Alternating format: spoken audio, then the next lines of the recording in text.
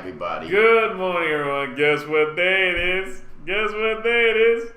It's the day of the election. You thought I was going to say The day Wednesday. after the election. Yes. Happy Hump Day! Happy Hump Day. What a hump That Hump was yesterday. One hump or two.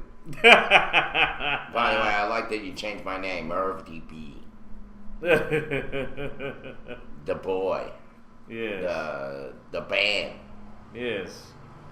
And let me just say this. Last night I was like the Grim Reaper. Walking around, meeting all these candidates Yeah. that lost. Oh. Or at least we think they have. We went down to MAZ, Anthony and I. I'm going to wait till he gets on so I can tell the story because he's going to laugh along right with me. Uh-huh. But anyway, the election results are in and they are inconclusive. Yes. Right now, there's going to be a runoff between Jack Ellis and our Honorable Mayor Robert Rickett. Yes, the sitting mayor right now. Yes. Yeah, the way Consolidated was made, you have to have 51% in order to get a majority vote. Mm-hmm. Rickett got 49%. Mm-hmm. And I got the numbers still scrolling in this morning. To Ellis's 37%, which is he's about 6,000 votes short of Rickett. But yet they still got a runoff. Last night, of course, Rickett was being shown on TV at 51%, and that went on for hours. Schlesinger won, but he's got a runoff with Henry Fickling. I was at Shadows yesterday with the Henry Fickling clan, and during a time when he was actually winning. Yes. So the race is very volatile all night. You would think one guy was winning, and the next thing it comes back and somebody else is winning. So it was a good race, and of course, it ended up where we have a lot of runoffs, folks. But one good news is that our good old friend Al Tillman is the winner of the Macon Bibb Commissioner seat in District 9. All right. So okay. Congratulations to our friend Al Tillman. We were there yesterday. We danced galore. Okay. Nikki Randall was there. Mm-hmm. Miriam Paris was there. Al Tillman, of course, was there. Miss Sutton was there. These are the numbers. According to the final tally, Anthony, it says 0. But that's not true. Is that not true? Because he had at least 2 votes. Exactly. And, Maybe. And he had, the last count was 37, according to Anthony. Okay. 37 votes for our friend Anthony B. Harris. Now, all I have to say is this. He didn't really spend any money. Mm-hmm. Those votes did not cost him $3,000 that he had to pay as a regular candidate just to lose. And even Rickett, with spending all his money and having all this money to trash and spend, couldn't grip it, couldn't get it. He still got a runoff. Yes. Why don't you read the story, Derek, now that you have it up? Yes. Ellis squeaks into race as last votes are counted. The votes have been totaled for Tuesday's election in Macon and Bibb County, the mayor's position, and 9 commission seats for the soon-to-be consolidated Macon and Bibb County. When the Bibb County Board of Elections announced all precincts were counted, current Macon Mayor Robert Rickett had earned enough of the votes to secure the win outright. But late Tuesday evening, word surfaced that approximately 8,000 votes remain uncounted and were attributed to the early voting and absentee ballots. WJXA was able to confirm the outstanding votes with State Representative Alan Peake. Those votes were added to the totals just after 11:30 p.m. Tuesday, propelling former Macon Mayor C. Jack Ellis into a runoff with Rickett. That election will take place October 15th. And I agree with DS. I don't know why they want to spend more money. You're right. 49 to 37% is not close. That is quite a chasm. But that's the way the consolidated laws were made, and that was one of the reasons why people were bullshitting in an uproar. Because it forced a 51% count. If the mayor or any candidate does not have 51% of the majority, there is a runoff. That's the way it is in every election. Right? Well, in this one especially. 50% Because or there's more. a runoff, like you said, or like it said, with between 49 and 37%. If that number was not that important, believe me, they would have figured out, and they said, well, Rick had won. If that law was not in place, and that's what was happening before, where people would not get the right numbers, not get the right percentage, but it didn't matter whether you have 50% or not. You have to have, if you're at 50%, you're automatic runoff. Yeah. But Yeah, how much on does a either runoff side. costing? Diaz wants to know. It doesn't cost any more to do a runoff. Well, Not that much. It's just election people, and it causes they our can't even do brain the job right itself. anyways. Yeah. They need more practice. Yeah. I think that's just an excuse to spend something. Well, it's costing somebody something. I mean, you don't rent out the Armory building, and you don't rent out all these buildings unless somebody's paying for it. Yeah. I mean, think about it. I mean, I'm quite sure the mall is definitely making some money. That's for sure. If they have the if the people have to pay like place to have a place to vote, because Yeah. I went to the mall yesterday, and that's usually a place where people vote over there, whoever is living in that area. Yeah. Well, and the places were packed, and even there's one story where That's one of the few. That's one of the few times the mall was actually packed because they had to vote. I mean, it's a great sign. I'm happy. I'm happy people are out there doing Yeah. their due diligence and just be a good American. Go out and vote. I mean, you don't do anything else. By the way, here we got a accused campaign poll watcher that was allegedly hired by Elaine Lucas, and which, by the way, I believe Elaine Lucas won her election outright.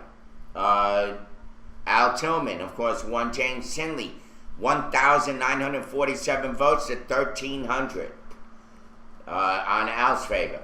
Regina Davis lost. Virgil Watkins got it, 1,148. Scotty Shepard won a landslide, 2,157 votes. Mr. DeFore won once again. He's been there for 50 years. He won again. Burt Bivens won. Mallory Jones won. Elaine Lucas won. So we got some winners. Now here, between Fickling and Larry Schlesinger, there's going to be a runoff. And I believe there's a list of the runoff. Did you read the rest of that story? Oh, yeah. Who are the ones that are going to be on a runoff besides Rickett and Ellis? Let's see. 9 other. Let's see. District 1, Gary Bechtel easily defeated Harold Young by earning 82% of the vote. District 2, there will be a runoff between Larry Schlesinger and Henry Fickling. There you go. District 3, Elaine Lucas has defeated Terry Tripp by earning 56% There you of go. the Elaine vote. Lucas, congratulations. There she is. Hold on.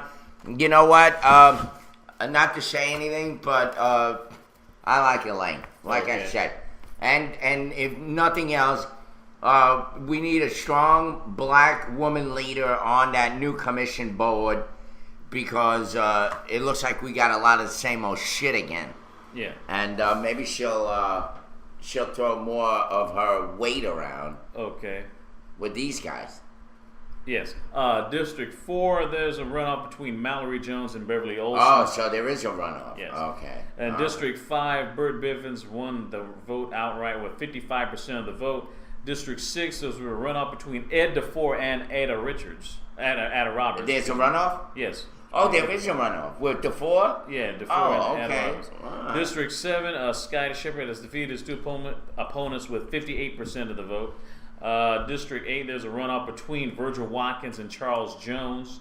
And District 9, Al Tillman has defeated James Timley with earning 60% of the vote. 60%. I'm laughing at Diaz. Diaz, even in another life, you cannot ever be a strong black woman. Even if you had another life. You know how people say I may come back as a roach?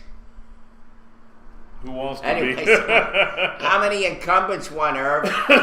Any new people earn seats? Thank you for asking, Manny. I love that our viewers are very interested in boring making politics. But actually, most of these guys were incumbents in one way or the other. Yeah, one way. They were incumbents in other positions. In a different position. If you all know anything about what happened here in Macon, Georgia, what happened with our consolidated government, you had two governments. You had Macon City government with its city hall and its pain in the balls and all those guys, and a 15 board member city council. Which not even Atlanta, Georgia has that many people on the city council. Yeah. Let alone freaking Macon, Georgia. What do you need so many people for? Yeah. But the reason was it was passed in 1974, around that time, where the city council, they wanted racial diversity. And they wanted as much input that they can get from people. Yeah. And instead, or something. you wound up with this. Yes. Yeah, there's nothing getting done, and the city council is to blame for a lot of that because they have, by the way, more power than the mayor. Mm-hmm. The mayor is more of a what? Not even a puppet. Yeah. Somebody's got their hand up his ass, sure, Yeah. but well, you know, it's like Jackson, but he's like, you know, he's the CEO, he's the executive officer. He's the CEO. He's part of because the mayor is part of the executive branch of government. Yeah. City council, I guess, would be the Congress or the legislative branch, and you know, you have the courthouse, it's a court. Yeah, who knows what his power is? All I know is the mayor in Macon, Georgia, had. I will say that we'll use the past tense. He had no authority. But in this new government, what they did was they took the same government from the county, which is the Bibb County Commission, which is guys like Burt Bivens and those other bozos that are there. They took some of those guys, started to run for a commissioner seat, which is what they've been doing for some guys up to how many years? Jesus. Like DeFore, I don't know if you see, DeFore City Council. He's been in the city council, in government, in Macon, Georgia for 45 years. Yeah. Elaine Lucas. A career politician, Yeah, Elaine Lucas, 35 years. Guess what? Elaine Lucas won. You know, it's just the power of the people that support you here. Without the people, it ain't nothing. And Jack Ellis has still got it, although, you know, he lost some of his mojo on this one. Ricketts so far beating him by 6,000 seats, and there's still a runoff. I mean, that is quite a huge gap.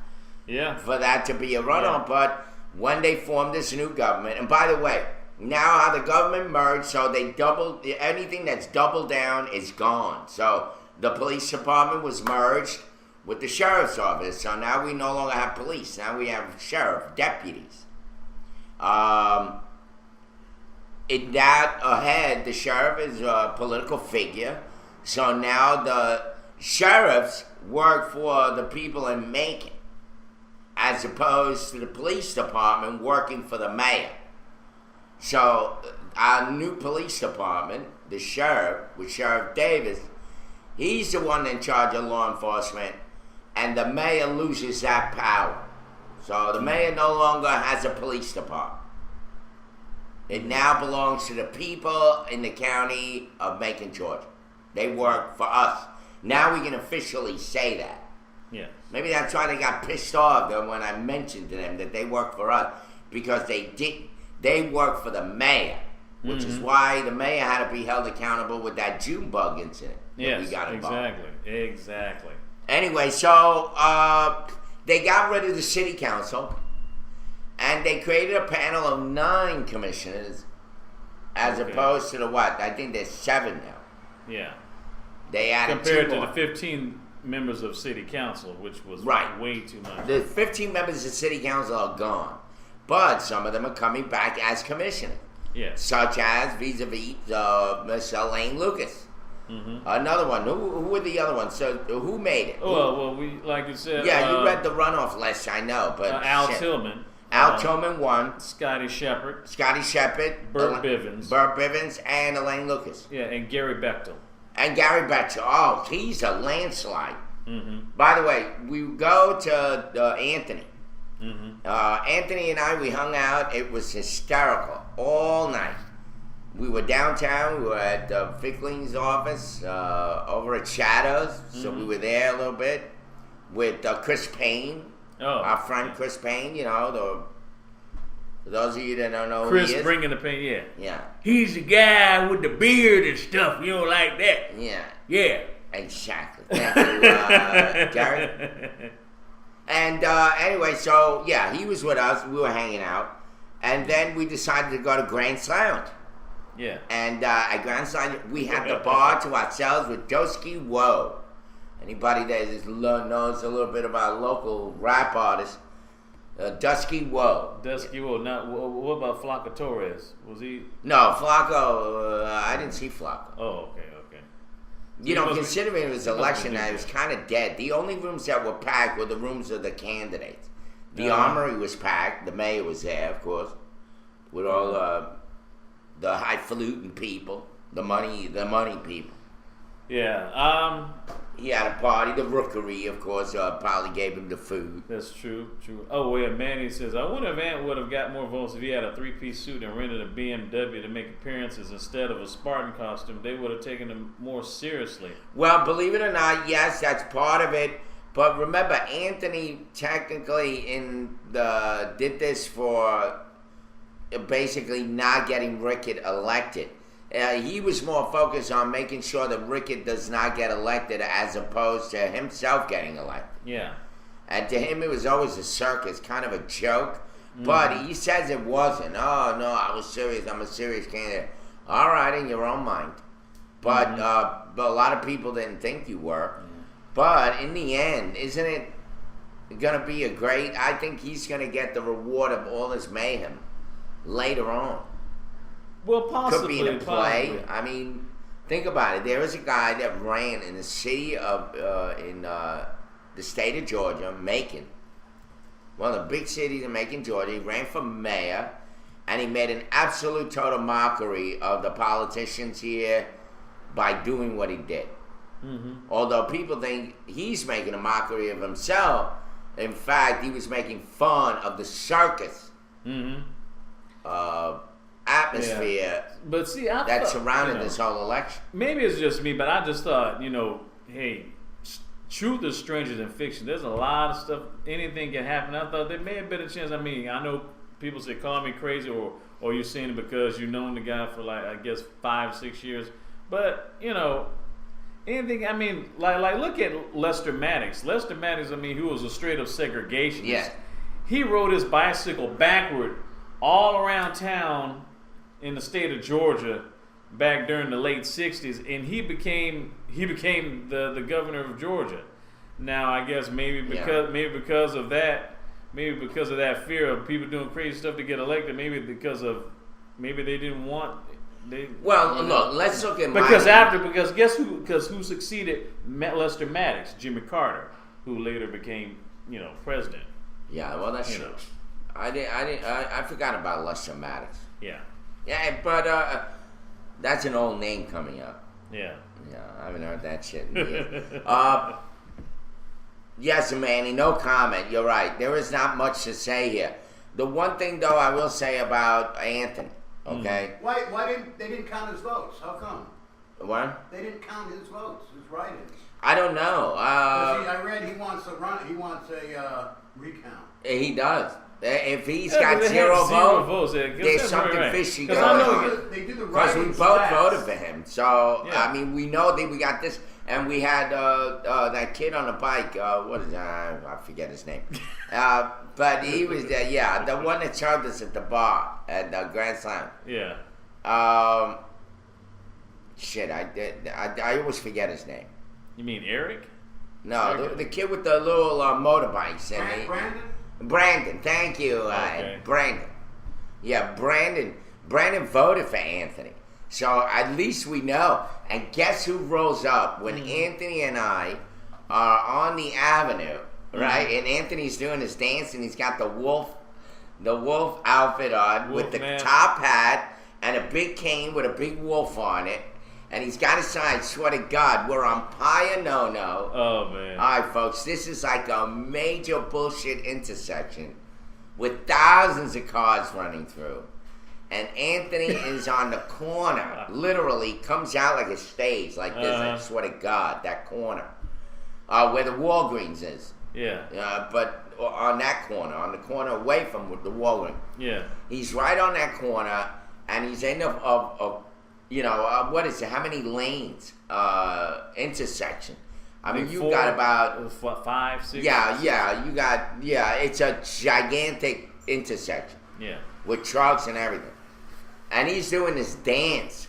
And then he starts like skipping up, like knocking his legs up. You know how they do? You know? Yeah.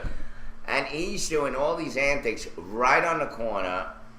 So one of the guys from the Telegraph shows up. And he starts like taking pictures and took a whole story on Anthony. So he says, they should be printing more of this stuff out. You know, all they like to print is numbers. It's a boring newspaper, so Yeah. It's a 2-page newspaper.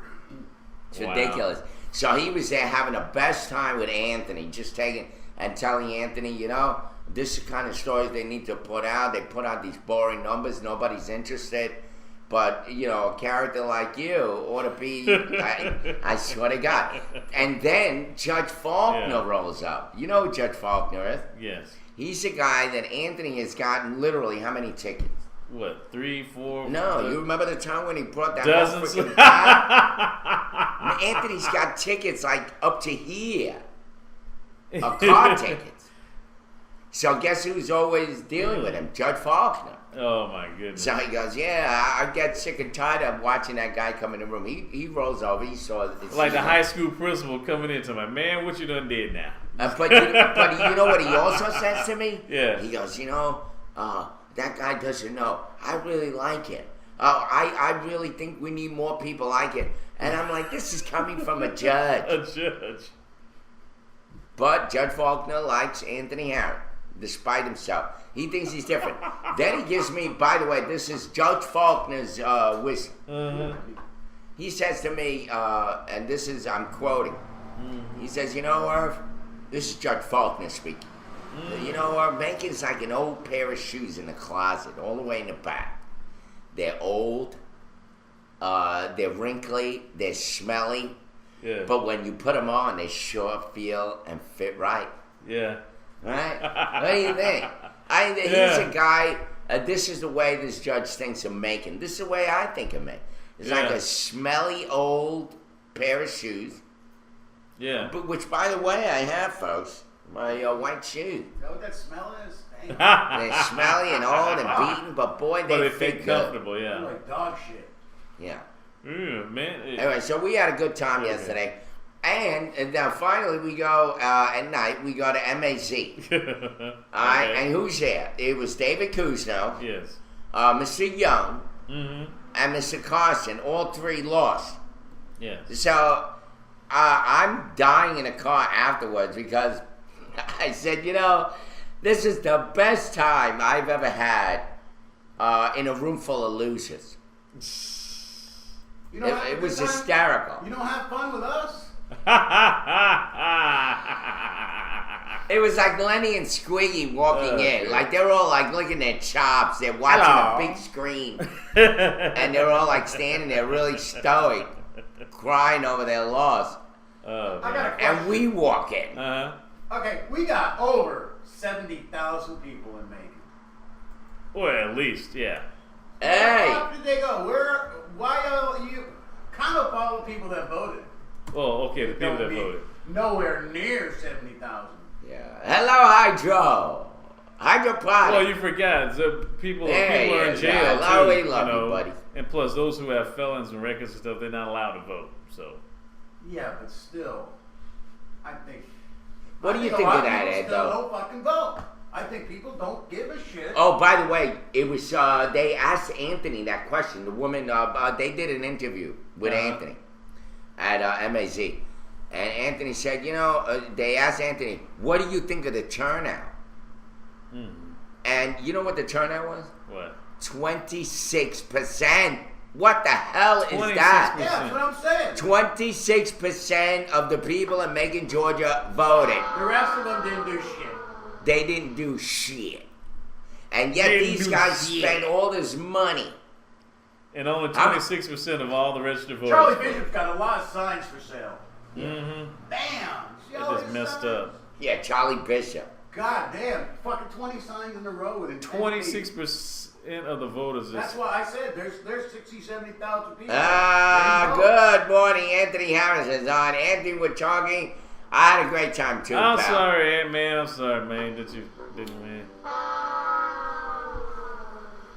No, Anthony celebrated. Anthony won. And that's what I love. Yeah, He's great not a time. sore loser. Anthony's not a sore loser. They need a compulsory voting system. Yes. Like Australia. Oh, did I hear the breaking news? No. Wait, compulsory? I mean, you have to vote. Okay. Like going to jury duty, you gotta go. Mm-hmm. I mean, you gotta vote. You gotta make these people fucking vote. Oh, no shit. You called for a recount. I told you that. I know. That's right. But I didn't know that you announced it. It's in the paper. Okay. It's on All right. Well, that's good, Anthony. I'm glad that you did that And because they mentioned it on Meth in the Morning. I love it. Wow. I love it. Yeah, do it. Call for a recount. Speaking of which, speaking of I know Meth in you're the going to Morning. set Henry Gibson off. Speaking of Meth in the Morning, I got a story from from Rick Knight's alma mater, University of Alabama. I'll get into that later on. Oh, I love it. If it's got any Remind me smear that in it, I want to now. see it. Okay. Yes, I called the news outlets. Good man. There's not no Congratulations, sports related, and though, once but again. it does have something to do with Alabama. Like I said to you last night. Like I said to Anthony last night, no matter what. And this was, and I also told this guy Carson that, and the guy Young. They're licking their chops in that room all morning. They're lost. And I said, you see that percentage over here of those people? And I pointed, and I was talking to Carson, old man Carson. Yeah. Who was trounced on by who was it? Wasn't Bivens. No, it wasn't Betchel either. Betchel was Young, and yeah, you're right. I have a leg to stand on because you're right. We were talking about this morning, Anthony. You got 0 votes in the tally. That's a lie. I know that's a lie. No, they probably didn't count the write-ins yet. You're right. You're right. Oh, they didn't count the write-in. And the early votes either. The early votes. Yeah, well, you got Sabuki's- 3 yeah. votes. What about the the absentee ballots? Yeah. There's got to be some. Well, absentee ballots. that's all included. The absentee ballots and the early voting ballots. Well, And you some. see, Sabuki Anthony, is a trick. but what I was telling him would be equivalent of me telling Anthony right now with the votes that he got. And now you speak for those votes, those voted. With Anthony right now, it's 0. Yeah. But they were reporting David Kushner with 0 yesterday too for a while. Yeah. 0%. 0%. Yeah. And he already had like 500 votes. Oh. Okay. So they, this So is somebody propaganda can't for you. count. Nobody's got the story straight. Yeah. These scumbags can't even spell right. They write their stories with all these typos. I don't expect them to Sabuki give us said, accurate information. So you voted for Ant. You deserve bad leaders of Ant's your best choice. Yeah. Irv, Ant's not a bad loser. And I call for a recount. Want to check that first. It makes the other candidates wonder, of course. first they got to get over wondering about you, and then they get over and they start to wonder. Yeah, maybe, but that may give fuel. Remember, you may just give fuel to the very person that you don't want to give fuel to. Yes. Which is a Henry Gibson kind of guy. He may start bitching and moaning about his win with Al Tillman's win, rather. Yeah, over James Tillman. Over this guy. So that may just set off a flurry. Mm-hmm. And then Linda Tripp may say, yeah, I want a recount for Elaine Lucas. Because according to the stats, she won. Yes. So it may just set off a flurry of, it makes for a great circus that you have created. I love being ringmaster, yes. You know, in October when they do that runoff, you got a sneaky suspicion Jack's going to get back in. Mm-hmm. But it was funny. So we walk in like Lenny and Squiggy last night into that whole morning place at WMAZ with David and it sounded like a lawyer's office. You had Carson, Harris, Cousineau, and Young. Doesn't that sound like a lawyer to you? Yeah. Like a lawyer's office.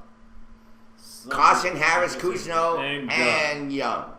Call today for an estimate. Yeah, we're a winning team of lawyers. One call, that's all. That's right. The ringmaster of Delusions of Grandeur. Delusions of Grandeur. Yes. Anthony B. Harris is the George Zimmerman of politicians. Of politics. You know he didn't win, but somehow he did. Yeah. Yeah. Somehow he got away with murder. Yeah. Woo! That crazy clown laugh. I'll be calling the Board of Elections when they open. I want to stretch out my current 15 minutes. Yes. The ringmaster. So Boogie says, more like a sideshow freak. More like a sideshow freak, in my opinion. Yes. Is that what IMO means? Oh well. Let me just say this, Anthony. I back you 100%. That vote was not only to a friend, but I know you're a ringmaster. You're a leader.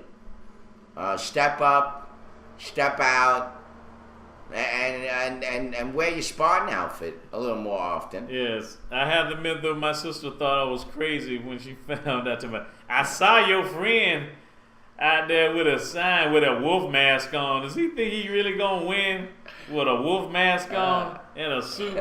Anthony's like, I'm not an animal. I'm not an animal. I'm a human being. No wonder the city of Macon doesn't take you guys serious. Let me just say this. These what I call tight sphinxters that live here in Macon, Georgia, need somebody to blow in their hole a little bit. That makes your asshole go like this and open up. That's all we did here. Yeah. We made people open up. And just what, gave them political diarrhea? That's what you're trying to say. Whatever. It gave them political indigestion. And we're all over the map. Yes. Yeah, and I have my friend Anthony, of course. And he does it in a Spartan outfit. Yes. Yeah, Spartans. Spartan, right? Spartan. Yes. Spartans never retreat. Spartans never surrender. We are the 300. We are Derek and I and Anthony, and we have the power of 100 men. Yes. So we don't even need 300.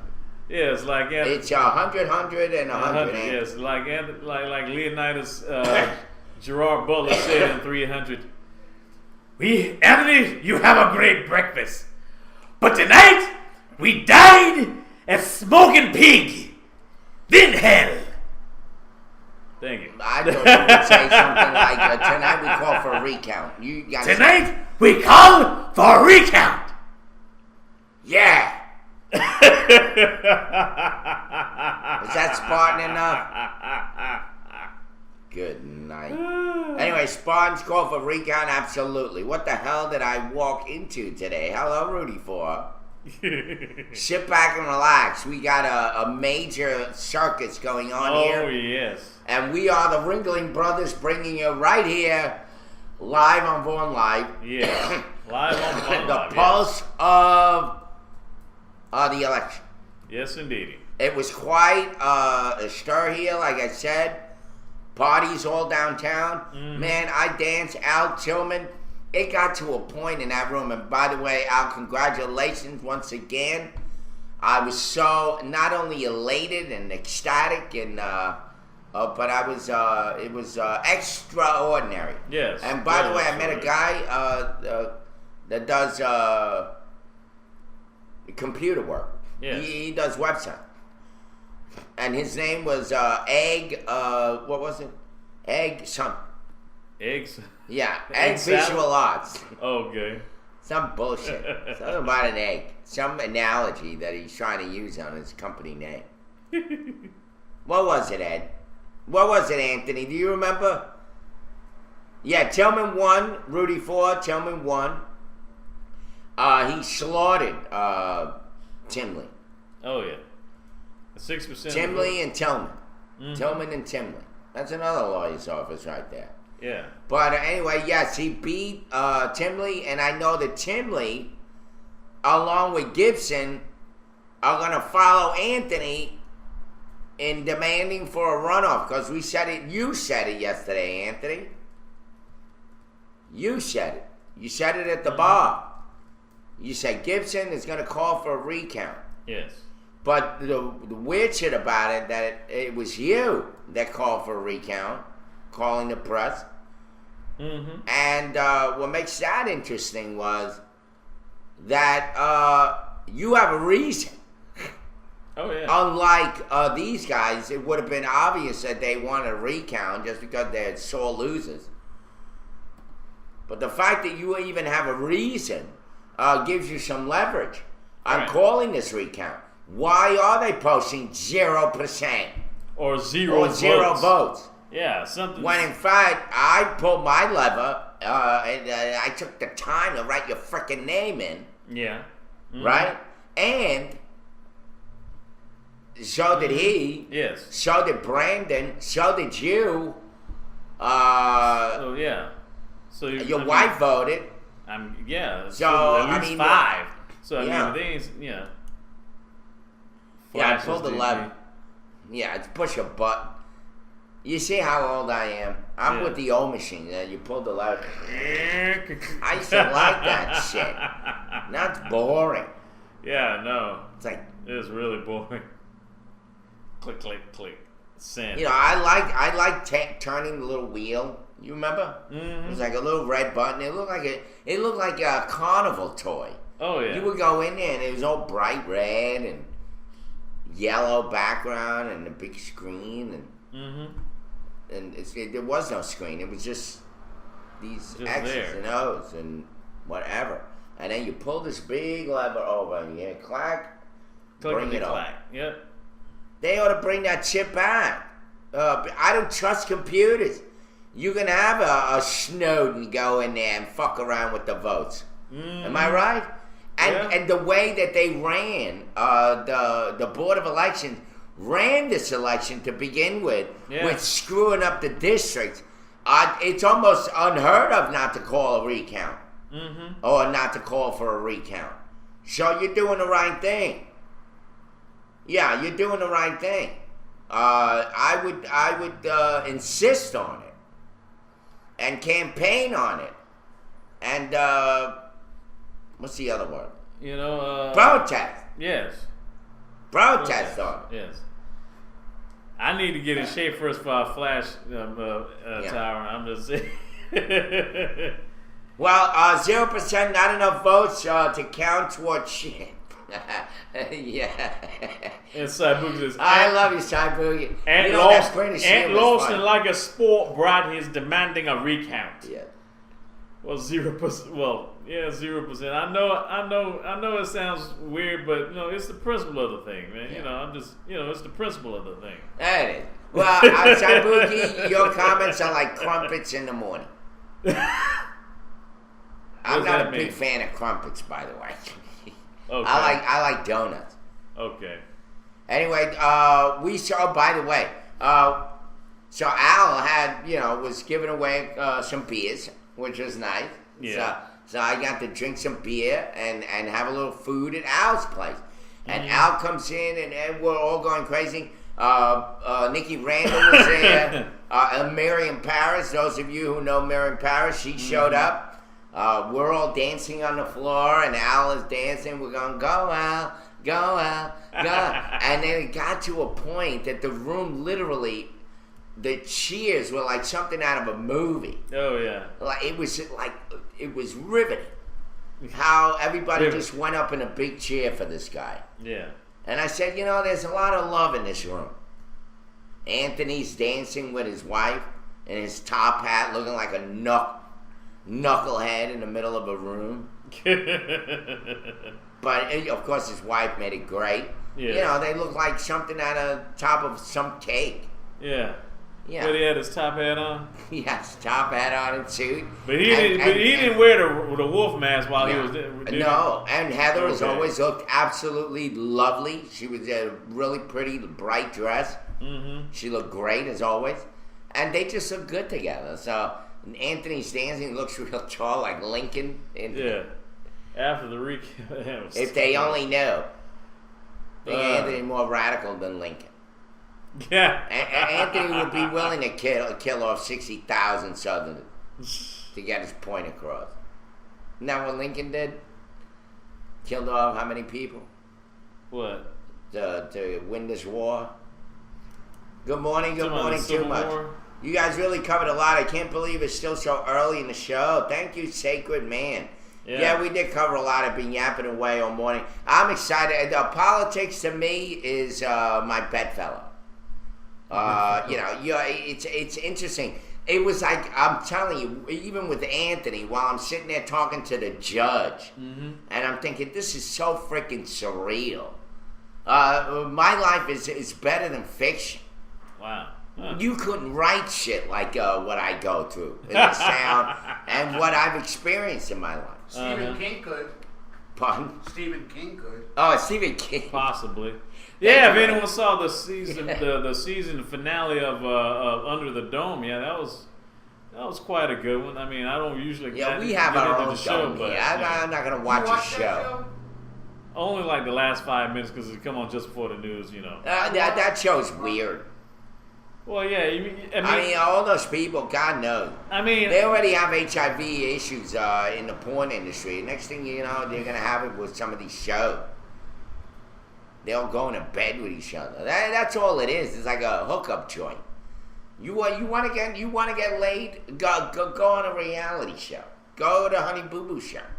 Go to one of those shows. Yeah, I got Bet you'll get standards there, laid. man. Sheesh. That's all these shows are about. Make these people get laid. If you're gonna put me on a reality show, have me on going where they going to the Dallas Cowboy cheerleaders camp or something like that. Be a judge on that. Yeah, I wouldn't mind being on that one. I riled up Saibuki's interest. He said, what is going on? What am I going on about? You see, you talk about reality and sex, Saibuki jumps right in. Saibuki's a great actor, by the way, at least from what I see in his pictures. I liked him in that Pirates of Penzance look. Didn't Johnny Depp have an accent? Yeah. Yeah, British wannabe guy. Would not go to Honey Boo Boo to get laid. Please. Rudy Ford said. Anyway, I don't know why you brought that something like get on Honey Boo Boo, man. That's like, man, please don't insult my intelligence or my eyesight. That just I have to admit, I watched about 15 minutes the other day. I said I gotta give the show a chance at least to see what the hell the whole thing is about. It's outrageous, dude. Well, like Big saying, It's how crazy can you be? I cannot do this. Mm-hmm. I don't want to watch some redneck white guy scratching the back of this big belly whale woman laying on her bed. And she's laughing, and he's going, I love you, honey. I love you. And then those rotten kids running around, it's like, they just need a good whack in the ass. They're just spoiled kids. Don't insult my sexuality with Honey Boo Boo. Don't insult my sexuality with Honey Boo Boo yet. It was like, It was terrible. I had the heart to give it a chance. I'm going to give it a chance. I got to watch the show. I couldn't do it. Oh, please. I fell I'm like, asleep. this is Hey, I got to cut you off here. I'm reading MAC. The bottom of this thing said Cousineau had 107 votes, 1%. Said Anthony Harris ran as a write-in candidate, but the Board of Elections did not report any write-ins for him Tuesday. What? You see what I'm saying? Anthony, you still on? Did you hear that? Ed, That's some bull! Right here on the Morning Roast news update. They did not report any write-ins. Oh, man. Boy, am I getting some seafood platter vibes right now, boy. This is fishy in a mug. I'm telling you right now. Really. It's more than that. This is a lot of horse shit that's going on. This is no pun intended, David Cousineau. But this is a lot of horse shit going on. This is a seafood buffet. All you can eat seafood buffet for $4.99 right here. Ant's votes were not counted, Rudy, for according to the newspapers and according to the press. He's got 0 votes. 0. When I'll go to Supreme Court with this one. Yeah. I'll let everybody know who I voted for. Yeah. By going to the president. I voted for Anthony Harris. Where's my vote? Yes. My vote. They're taking away my vote. Your vote. Brandon's vote. Anthony's vote. Heather's vote. They're not taking away Ed's vote. Ed didn't vote for him. But it's not right. And you know what? This is something that I believe everybody has to stand up and do. But the only problem that I have with this is to call for a recount, you're going to be in bed with Gibson, who is salivating for a recount to try to fight Al Tillman's way. No, that count wouldn't have to be recounted. All the other ones that are in question. Okay. That's what they're talking about. They're not going to recount. Well, let's see. Al won. Oh, yeah. Yeah, when you got Rabbi's 60%. got to fight Bitcoin now. Right. Yeah. Right. The Rabbi Sessinger has got to fight Ficklin. Yes. And we'll see what happens. Yeah. Sacred man, yeah. In other news, see, this is why most people don't vote. We know it's corrupted. I know. A good time. I know people talk about, I know the electoral college, but that's just only for the presidential elections and stuff. Yeah, and Rudy Ford says, are the write-in votes counted after election? They're supposed to be. Yeah, supposed to be. Right. That's the last Right. Yeah, along with the absentee ballots. It's supposed to all show up. And also the early votes, early voting ballots as well. Yeah. Do you have a victory speech taped, Ed? Ed didn't win anything. Yeah, he didn't run. He didn't run. I'm going to run next time, though. Yeah, it's gonna run next time. He's gonna have the best posters in town. Yes. Yeah. He can malign anybody and get away with it. Yes, I do. His opponent. Yes, he can. He can definitely do that. Matter of fact, speaking. Yeah, Al had a speech. Yeah, he was cool. You know, he said thank you. He was very grateful. His wife, I didn't realize it was his wife. And I'm talking to her, she's holding my hand real tight. And I'm like, okay, yeah. But it was Al's wife. She's a very sweet woman. Very nice. Mm-hmm. And the daughter was so happy when she came in the door when we were coming. She just lit up when she saw me and Heather. Yeah. She hugged us both, Al's daughter. Okay. Just wonderful. It was great. I had the best time last night in Al Tillman's victory party. Here's my speech. Mm-hmm. Okay.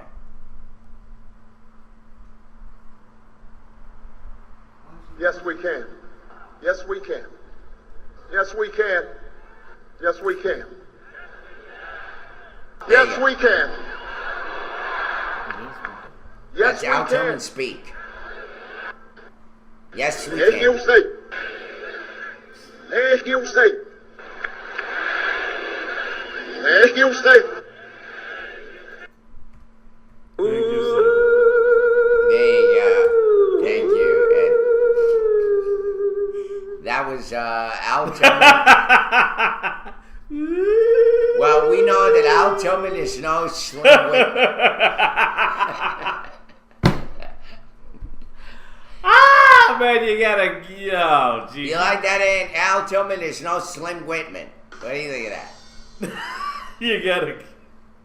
And he didn't You win gotta by a give me some slim hints, margin Nick. either. He won by a big margin. Huge. Huge. Yeah, I did good. Yes, he did really good. Happy for him. He did very good. I'm so proud of him. Good time rating. Good Magic morning, fingers. Plastic. I'm so proud of Al Tillman. I really am. You know, Yes. he jumped in that race, and it Uh-huh. was almost like what happened with Anthony. You know, Anthony wasn't going to run, but then, well, he was going to run, but then he didn't want to pay the $5,000, whatever. $3,000. $3,000. Thank you, Ed. And but at least another $2,000 for sorry. I'm sure that felt Yeah. like $5,000 to David Kuzno right now. Yeah. That's a big ass loss, and each one of his votes cost him a certain amount of money out of that $3,000. So he had to pay. Somebody do the math. I wonder how much Ellis paid his guys. They were all over town. They were all Every corner. Oh, yeah. Guys. Yeah. They were all over near. I mean, Riverside Drive and stuff. Yeah. They were all in there. By the way, we're I ain't even seen white folks. let me just say this. I know.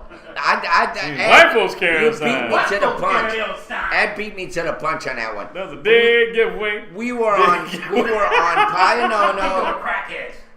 We were on Pio Nono. That's what Anthony said. We were on Pio, and I attest to that because I was there in that part of the story. Want some more crack? Vote for C-Jack. We were on Pio Nono and Eisenhower Parkway, right on the corner. So Ellis had his people on this side and on this side. Yeah. And then I was on this side and Anthony was on this side. So we were like, against each Cross-sectioning other. each other, yeah. Was it that white girl? And the white girl, and I That's the said, meth head. Anthony, is that the crackhead you were talking about? Yeah, I'm saying the it meth really head. loud.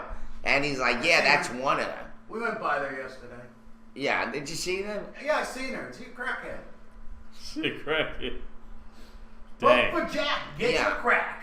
Yeah, they paid. I am still rolling on the floor about the two of us showing up, 13 and coming on to the three bitter boys. Yeah, that was hysterical. Yes. It was like, we walk in and Anthony's all happy and go, and all these guys are like staring at the screen, all stoic and quiet, like a funeral. It's like we just barge in, like, Who were they? it's like Who were the those? Grim Reapers. Who were they? We were there to take them away. Who were the big They were on the MAZ lobby. And the Chinese girl that came here and did my show. Judy Lee? Yeah. Boy, Derek, you won't know. Yeah. See, now, Derek, you see what you missed out? You missed out on Miss Lee. Damn. Exactly. Anyway. Anyway, she was there. She gave Anthony an interview. Anthony was behind lights with his giant hat on. It was hysterical. It's the struggle. So we walk in, and it's like the Grim Reapers walking in, like all smiling. All these guys are like looking at each other, licking their wounds. Yes. And then I try to inspire them, and say, you see that 25% vote here, you speak for those people. You make sure that you keep speaking for those people. Okay. And then I told Young, no matter what, you still won something. You won some respect, Yes. and make sure you stay active. Stay in the political world. Stay in their thorn. Yes. Be a thorn in their side, basically. Don't disappear. Be around. Mm-hmm. And you'll always have some respectability. You ran for something. Yes. It took a lot to do that. Put yourself Yeah. out there. See, People can dissect and you since and it was talk back. Kuzino, Carson, and Young, all of them lost miserably. So to add insult to injury, Irvin and I walk in. Yeah, exactly. That was it was hysterical. We were crying in the car. It was so funny afterwards. We're dying. God, we had such a fun time. We laughed so much. But it was funny. It was like Lenny and Squiggy walking in on Laverne and Shirley. Uh-huh. And we had Ah. talked about Laverne and Shirley yesterday. Remember all those words?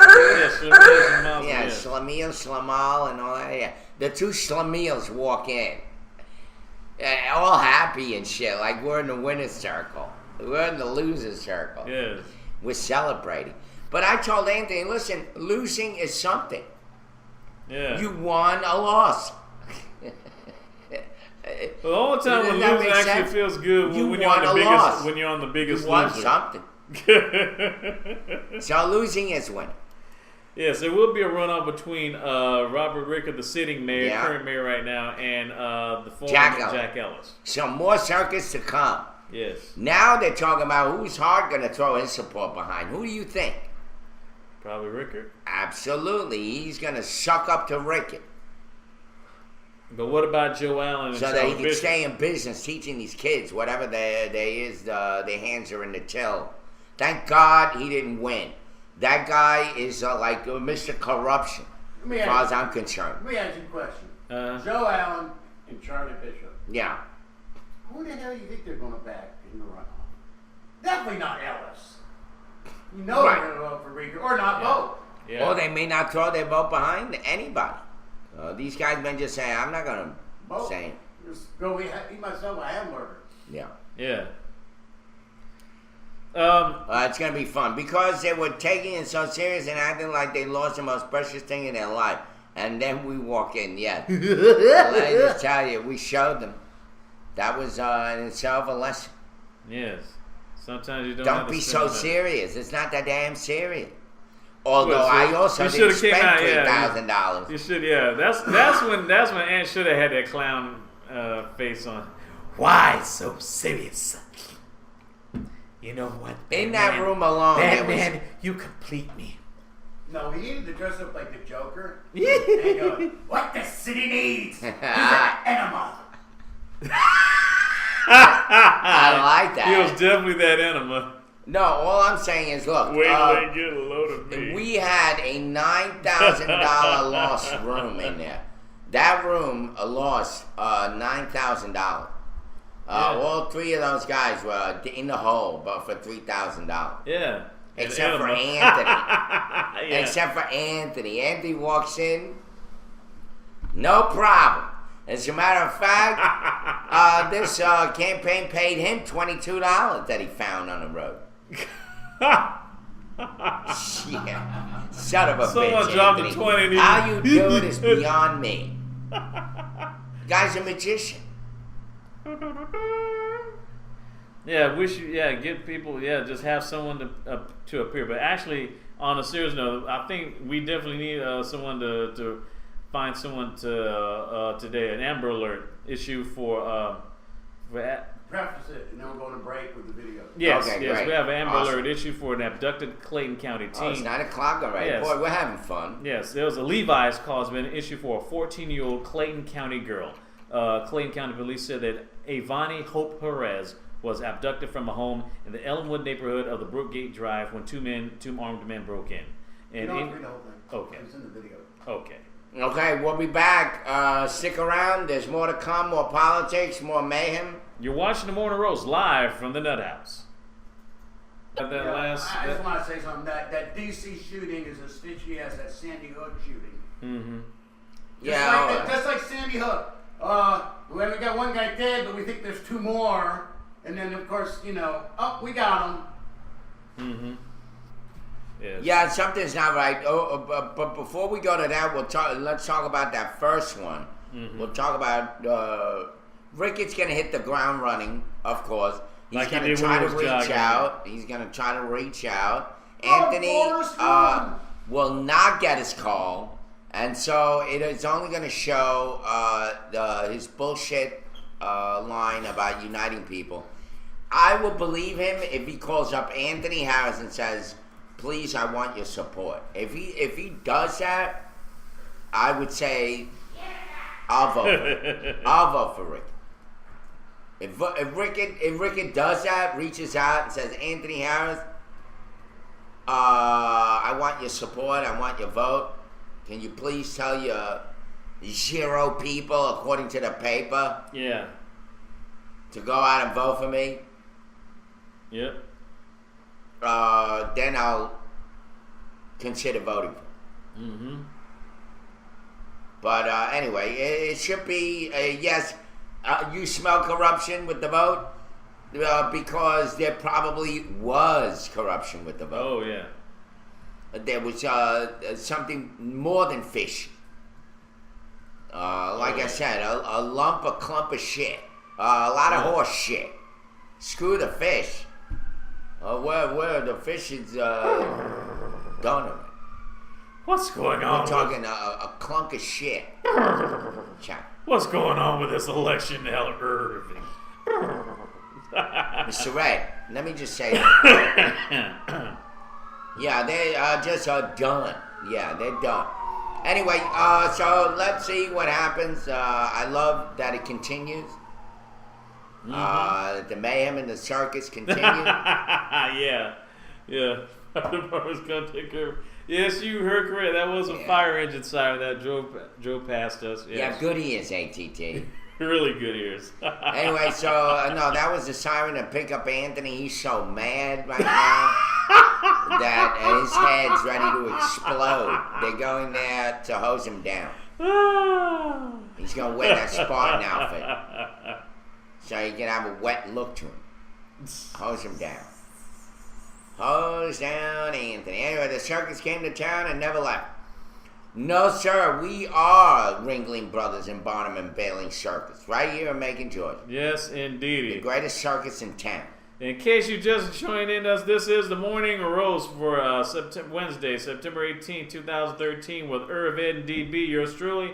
It's 9:12 a.m. Eastern Daylight Savings Time in Macon, Georgia. Yeah. It is going on, I think, 68 degrees. Yep. 68. 68 One degrees. short of 69.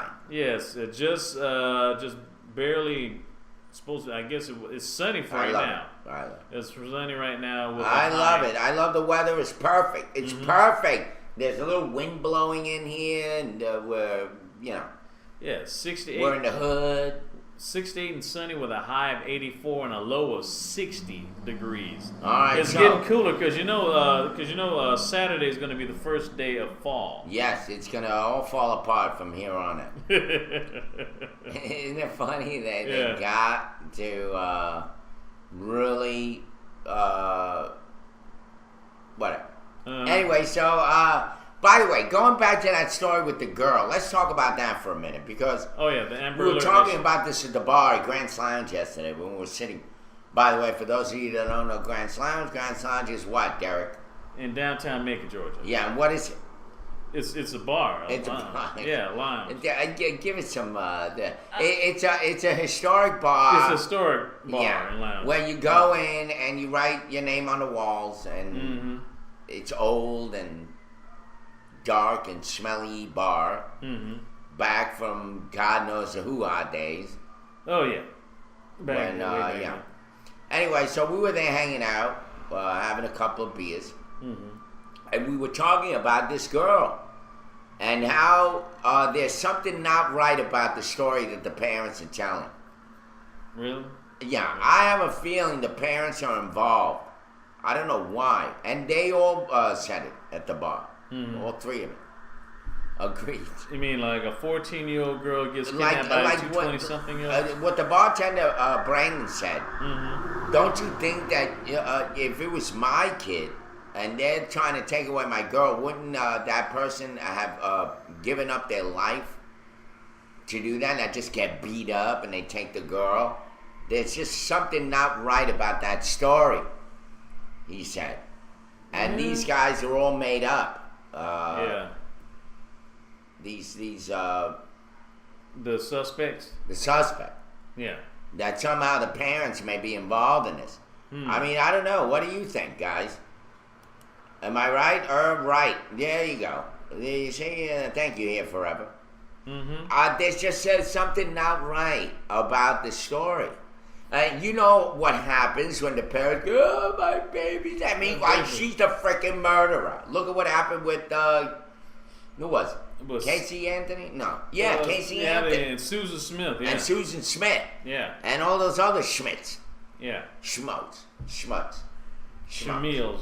Schlemiels. House of Pepper. All those other whores who like to have babies and then kill them all. I just don't know. I have this itchy feeling. And there's a woof of fish. Yeah. There's no water around here. Why would I be smelling fish on this story? Yeah, seafood platter vibes. Yeah, man. it's something. And I bet you any money is going to come out that the parents had something to do with it. They wind up in jail. Maybe those two hobos are involved, but it was all about drugs or something. Possibly. And I could be wrong, but everybody in that bar agreed. Yeah, if it doesn't feel right, it isn't. You're absolutely right. Your drug dealers, who the hell know? Yeah. When was the last time Earth shaved? I don't know, but I'm getting ready for my redneck. We're supposed to be filming Bee Sting. Bee Sting next month. So Anthony said, don't shave. You got to look like a redneck. So I guess let it I grow. gotta start working. How low can you grow? Or much can you grow on your beard? Yeah, how much can you grow? You gotta try to look like a garden gnome, ZZ Top gnome or something like that till your beard just fills out. Till like you can carry like rocks or something in your beard. Wow. Oh, you know what? It's funny. We're talking about smell. Thank you, ATT. I got it. I'm going to try to bring this up as soon as it comes up. There we go. There is a smell of sweet maple syrup. Is reported in the air in New York, Manhattan, Queens, New Jersey, and Wednesday morning. It is not clear where the aroma is coming from. In 2005, which I was there, that was my last year in New York. And 2009, a similar scent was reported and traced back to a perfume factory in northern New Jersey. Yeah. Back then, Mayor Michael Bloomberg said the harmless scent was a result of manufacturing of fragrances and food flavors. Okay. Whatever. At the Fruiteron factory, which uses seeds that contain a compound found in maple syrup. It's weird. I've been here 50 years on and off, and it's the first time I smell that.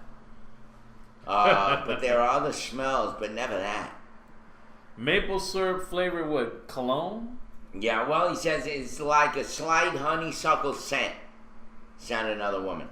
The smell appeared to be headed south from the Upper East Side all the way to the City Hall area. You know what this says to me?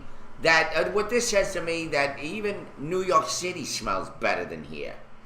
Because there's an aroma of shit running around here in Macon. Not honeysuckle. Like I said, horse shit. Yeah, but if someone making maple syrup, I mean, even in New York, I mean that's kind of like basically that's intellectual. I mean, is someone intellectually lazy? I mean, if we got to the part where we don't even trust our own pheromones, that we got to make cologne out of food. I mean, really? I mean, seriously, like you going on a date or something like that, and the girl to me, what's that smell? That's IHOP. You know. Yeah, that'd be some fat broad that you're hanging out with because you decided to lower your expectations. Yeah. There's this commercial of these fat women dancing now. Did you see that? Which one? It's something to do with some magazine for big sized women. Oh. And meanwhile, she's going like this and dancing. I'm like, why are they? It's almost if it's like it's almost glorifying people that are overweight. Yes, glorifying obesity is like fat is the new minstrel. See, minstrelsy. I mean, like I said, fat is the new minstrel. Yeah, I mean, I mean, like big, like the big girls in the big girl in Bridesmaids, Melissa. Well, it started with the men in the 70s. I told you the story. There's a great book called From Men to Boys. And it's about the glorification of the stupid, fat, jovial guy during the John Belushi, John Candy, Chris Farley. all those guys. And they still got it. That Jet Black guy, whatever his name is. Jack Black. Jack Black, Jack Black. All those guys. All those fat, jovial guys became like, everybody was ascribing to be like them. Yeah. Like it was wonderful to be a fat, jovial, happy guy. Look at what happened. Even Family Feud had Anderson. Louis remember? Anderson, yeah. No, what else? There was some other show. Yeah, Third the Rock fat, from the Sun. jovial guy. Yeah, Kevin James from the King of Queens. Oh, yeah. Oh, yeah, and all those guys that came And all of them had hot wives. Like, how in the world? And you look at the wife, it's like, you're like, how did this big dude get this hot looking wife? Like, dang, women, were you drunk or did you lose a bet? What is it? You know? They're like the water man. It's like, They're like that good soft, time, comfortable cushion. good time, you're behind. I mean, unless you were Biggie Smalls, who did have a hot wife, by the way. I mean, you usually you don't get a wife that hot if you were that freaking, I mean, like I said, unless you got some serious skills in the bedroom, or you rich like Biggie Smalls, because he's a rapper, of course, but was a rapper.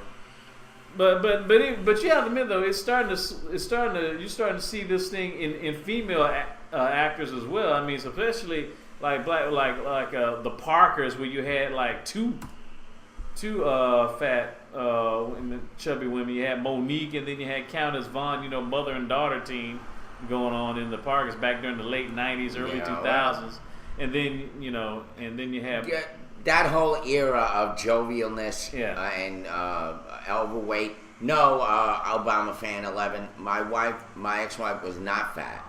Actually, she had a guitar shape. That's what everybody liked about her. Acoustic guitar. She had very pretty. She looked like a Gloria Estefan, kind of. Very pretty. Yeah. Very pretty. I'm not. Simple, I'm not downplaying. beautiful skin. Yeah, we're not downplaying fat people, obesity. I'm just saying. No, we're just not everybody's supposed to be degrading skinny. I mean, heck, I'm not skinny. I can definitely attest to that. But come on now, there's nothing sexy about diabetes or strokes or freaking heart attack or cardiac arrest. I mean, it's, yes, Obama fan, she was. Yes, she was very good. Let me see, Irv. If you got fat, you may become jovial and happy. AT&T. I used to be fat. I got pictures. I could bring those up another time. I got my album, and I can show you some pictures on that album that shows me at close to 160 pounds. I am now about 113, 115. Yeah. I mean, for a person to say, 160 is kind of big for someone's like 5 feet, 5'1". I lost close to 50 pounds, I mean, which is a lot. Because there's some people right there who are like 400, 500 pounds, like, 160, please. My arms are bigger than that. Yeah. Well, what about that guy with that 135-pound scrotum? Yeah. Could you imagine walking around with that? Then they cut him up and all that, but he's still fat. It's like, you still got to lose weight, man. Yeah. There's got to be a way. Well, it's kind of hard to run when you got a 130-pound scrotum. You just can't get on a freaking exercise bike and. Yeah, what was no, shut up, Obama. I'm not gonna explain to you, pervert, what position. Anyway, congrats, Irv. I lost 15 pounds in the last 2 years. Really, congratulations to you. All right, congrats. But I'm still 250 pounds, but just 6 feet tall. See, there's a big difference. You can stretch that weight with that height. Yeah.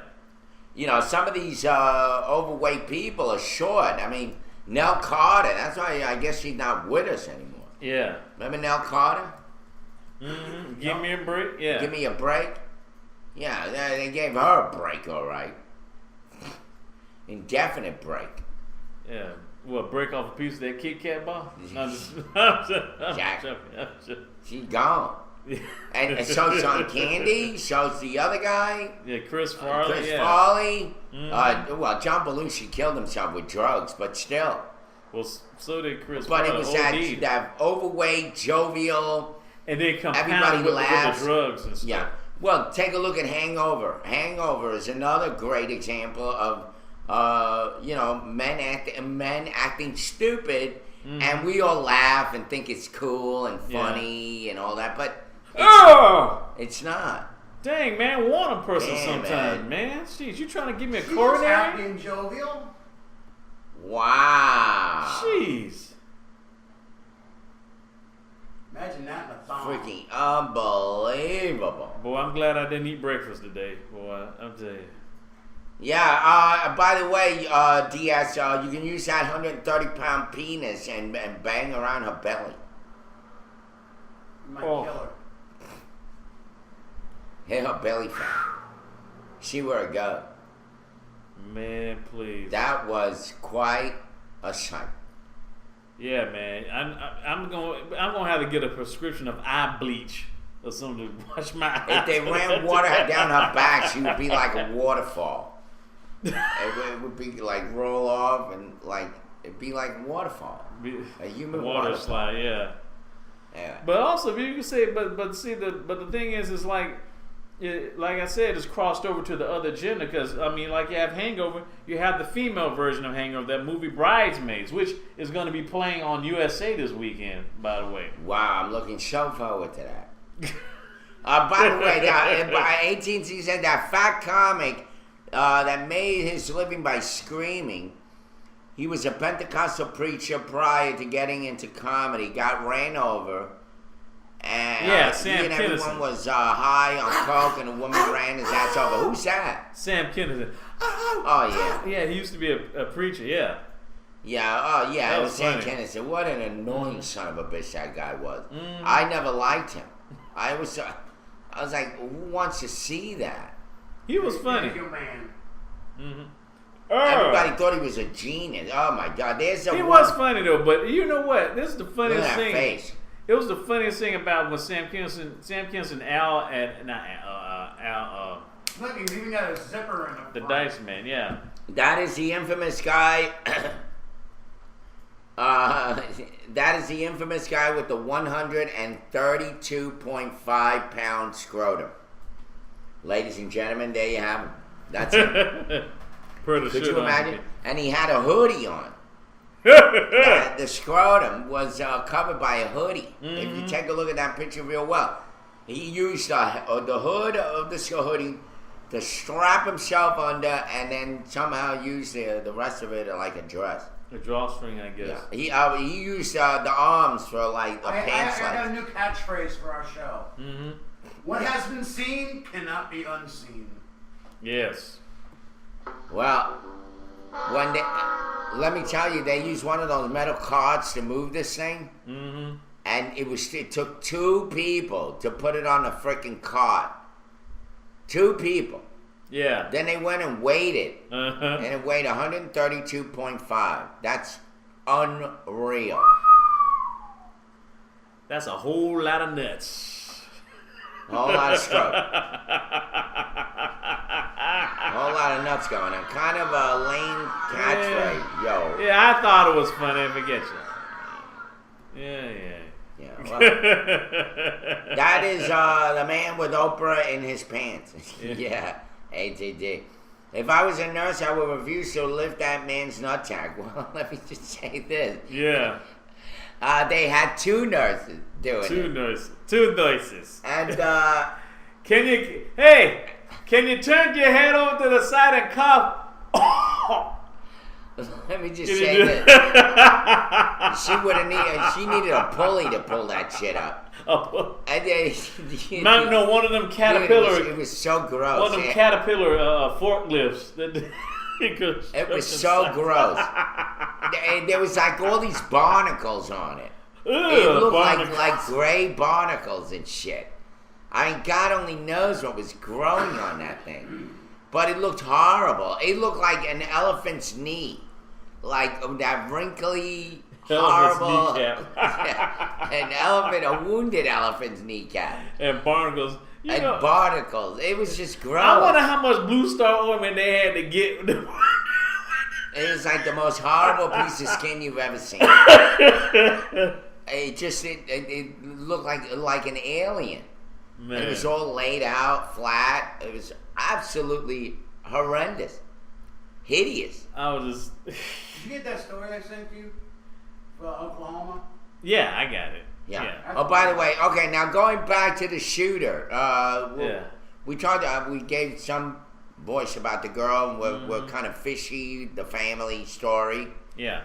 I don't know how we jumped to this nutsack guy, but yeah. Well, then I was talking about Sam Kinison, which was kind of funny. I don't like Sam Kinison. 20 years ago, he came nutsack. out. He had like his last comedy album came out like 20 years ago. It's like Sam Kinison Live from Hell, because like it's almost like he knew he was gonna like die in some or OD or something like that. Which is kind of ironic that a lot of him and Andrew Dice Clay, him and Dice Man were hated by both Republican conservative people and the gay community. And that's like the first and last time that the gay community and Republicans, conservatives were actually side by side agreeing at one point. 20-something years ago. Can you believe that? And then, of course, the gay people realized that the Republicans porking them in without any Vaseline. So they decided Legally to pull speaking. out. Anyway, sadly, drugs killed a lot of early Saturday Night Live people and early TV comedy. Yeah. It's true. It's very true. And anyway, so Far as that story with the girl and getting taken is fishy. Mm-hmm. And finally, our story about the nutsack, of course. Yes. What else is in the news, Derek? Well, yes. Ed told me the story about Oklahoma deputies pulled bodies from the lake, which may date to 1969 and 1970 disappearances. Wow. Says, This is right after Dr. King's death. Mm-hmm. It says it's a mystery more than 4 decades in the making. 2 cars rusted, caked with mud, and carrying as many as 6 bodies pulled from the bottom of an Oklahoma lake. According to CNN affiliates KFOR and KOCO, Custer County Sheriff's deputies weren't looking for the cars Tuesday, but found them anyway when Oklahoma Highway Patrol sonar equipment being used for another purpose revealed their location at the bottom of the reservoir, Wow. 150 miles west of Oklahoma City. Investigators say they believe one car may belong to a teenager who disappeared with 2 friends in 1970. The other car could be linked to the disappearance of a man back in '69. You got a video? Oh, wonderful. Cool. Yeah, we got a video. This is a great story, I think. Yes, I think this definitely 2 other qualifies. cars investigators pulled from Lake Foss the remains of 3 people in each one. Debbie McManaman thinks this old Chevy belonged to her grandfather. I remember that green car, yes. Her grandpa, Alvy Porter, went missing 44 years ago when he was 69 years old. It's sad. I mean, I can see his tall, lanky body, walking up to the car. He always had a smile on his face. She came here with her father, 85 years old. He suffers from dementia now, but he still remembers his dad as a rodeo man and wanted to see if the car brought back any memories. Does anything ring a bell with you about that car? I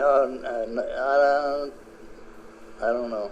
I just appreciate everything that everybody's doing to help find him.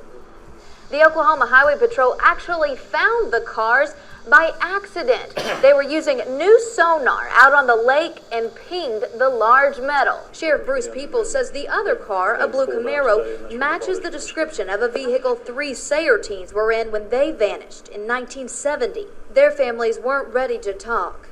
As for McManaman, her grandpa disappeared when she was 13. It's been very traumatic.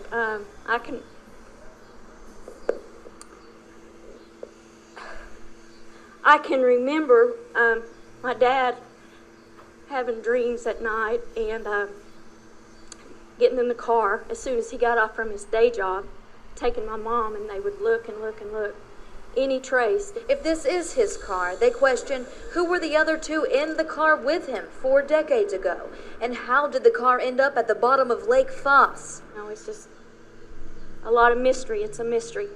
And maybe this is a step toward knowing. Wow. That's something else. That is something else. Right? That is something else. Could you imagine during all those years, the Carter years, This Nixon is years before in Richard 40s. Nixon resigned. Yeah. That car has been in that lake.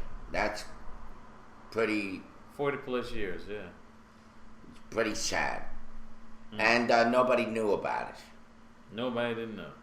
Until they got the sonar equipment just by Just by freak accident. Well, they were looking for something else. Yeah. yeah. I mean, but you think about that. But I mean, like AT&T says,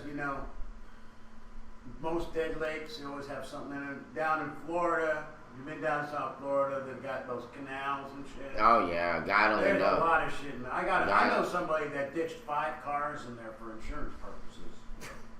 No, he did it. He did it for people. They Yeah, paid he him did. so much. No people He'd in steal it, the of car, ditch it in the canal, and they claimed insurance. They got caught. Well, Crime good for- does not pay. Crime Yes. does not pay, and even this They got is fired a out of good crime. testament. This many years later, and now they found out, and I don't know what DNA is going to do, and I'm not sure if they were there any bones. Yeah. There were Bones are bones. still intact. Yeah. Wow. Well, Yeah. even if they did, even if whether they may not even have to use DNA, if they could still get the VIN number on the car, they probably would already know. Dentures, that dental work. Yeah. Because they used to use dental way back. Now, Well, according to this story, that woman was her father, right? she Yeah. recognized the car, She Yeah. recognized the car. but she doesn't know who the other people were in the car with her. Yeah. That would be, That's a wing dang doodle right there. yeah, a wing, Well, a dang, he and could a have been doodle. carjacked and said, "Yeah, you motherfuckers, we're all going down now." Mm-hmm. Possibly. Crime does not pay unless you're a lawyer or a politician. That's yeah. true. or a judge. That's or a perfect, judge. Rudy. Or Gotta be a judge. Or a judge. judge, yeah. Yeah. That's right. You get away with driving That drunk. is funny. And you do just about anything you want. Anyway, I cannot wait until they study the bones and see what if they were shot. Yeah, well, that's what we're gonna hopefully find out. Mm-hmm. I'm surprised that the bones did survive. This is underwater. I guess Yeah. because it was in mud.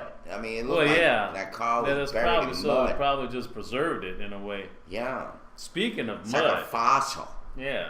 Speaking of mud, there's been dirt roads that are becoming a hazard for Johnson County residents. Oh, and this is where? Johnson County, not Johnson County. This, Yeah, it's Not out too at far what, from 100 miles from here? well, probably not 100, maybe 40. 40 miles, all right, Yeah. yeah. Says when, Just in case, don't slide all the way to Macon. yeah. It says when drivers approach a fork in the road, they usually have to make a decision on whether to go left or right. But some Wrightsville residents, Wrightsville, Georgia residents say when it rains, no matter which way you take at Wood Road and Hightower Wood intersection, you won't get far. Yeah. And they say that the roads are really muddy. They're dirt roads. And then says Mr. Robert Hightower says the roads get really muddy, and this concern has been a growing one. And the majority of residents of the two roads are senior citizens, and one being a father depends on oxygen. It says that the school buses are getting stuck, the police cars are getting stuck, and definitely the EMS That trucks sounds like get it's stuck. in Colorado. Well, not Colorado, but it's Wrightsville, Georgia, somewhere south Georgia, somewhere past I guess. Colorado's gone to hell, those people. Oh yeah. I mean, this is probably just a drop in the bucket compared to what's going on in Colorado. I'm hearing that it's like worse than Katrina. Mm-hmm. Mm-hmm. I mean, they didn't have all the the winds and the mayhem, but shit, they had all that water. It's horrible. It's like a tsunami, slow. Yeah. But guess what? Mr. Hightower says, I mean, with having no dirt roads, particularly now in 2013, it says it's time to pave them. But the county administrator, Guy Singletary, says Hightower has a legitimate complaint, but the situation isn't unique. Said 60% of the county's roads are dirt roads and are maintained by an 8-man crew. Yeah. But because of Middle Georgia's wet summer, it really hasn't helped as much because he said crews usually dredge roadside ditches during the summer. Right, yeah, but it's more than just a ditch problem. The problem is, like AT&T said, they're getting the wrath of nature, which is they had the fires there. Mm-hmm. That burnt up all the trees and all the shrubbery that would hold dirt back, basically, and together somewhat. Yeah.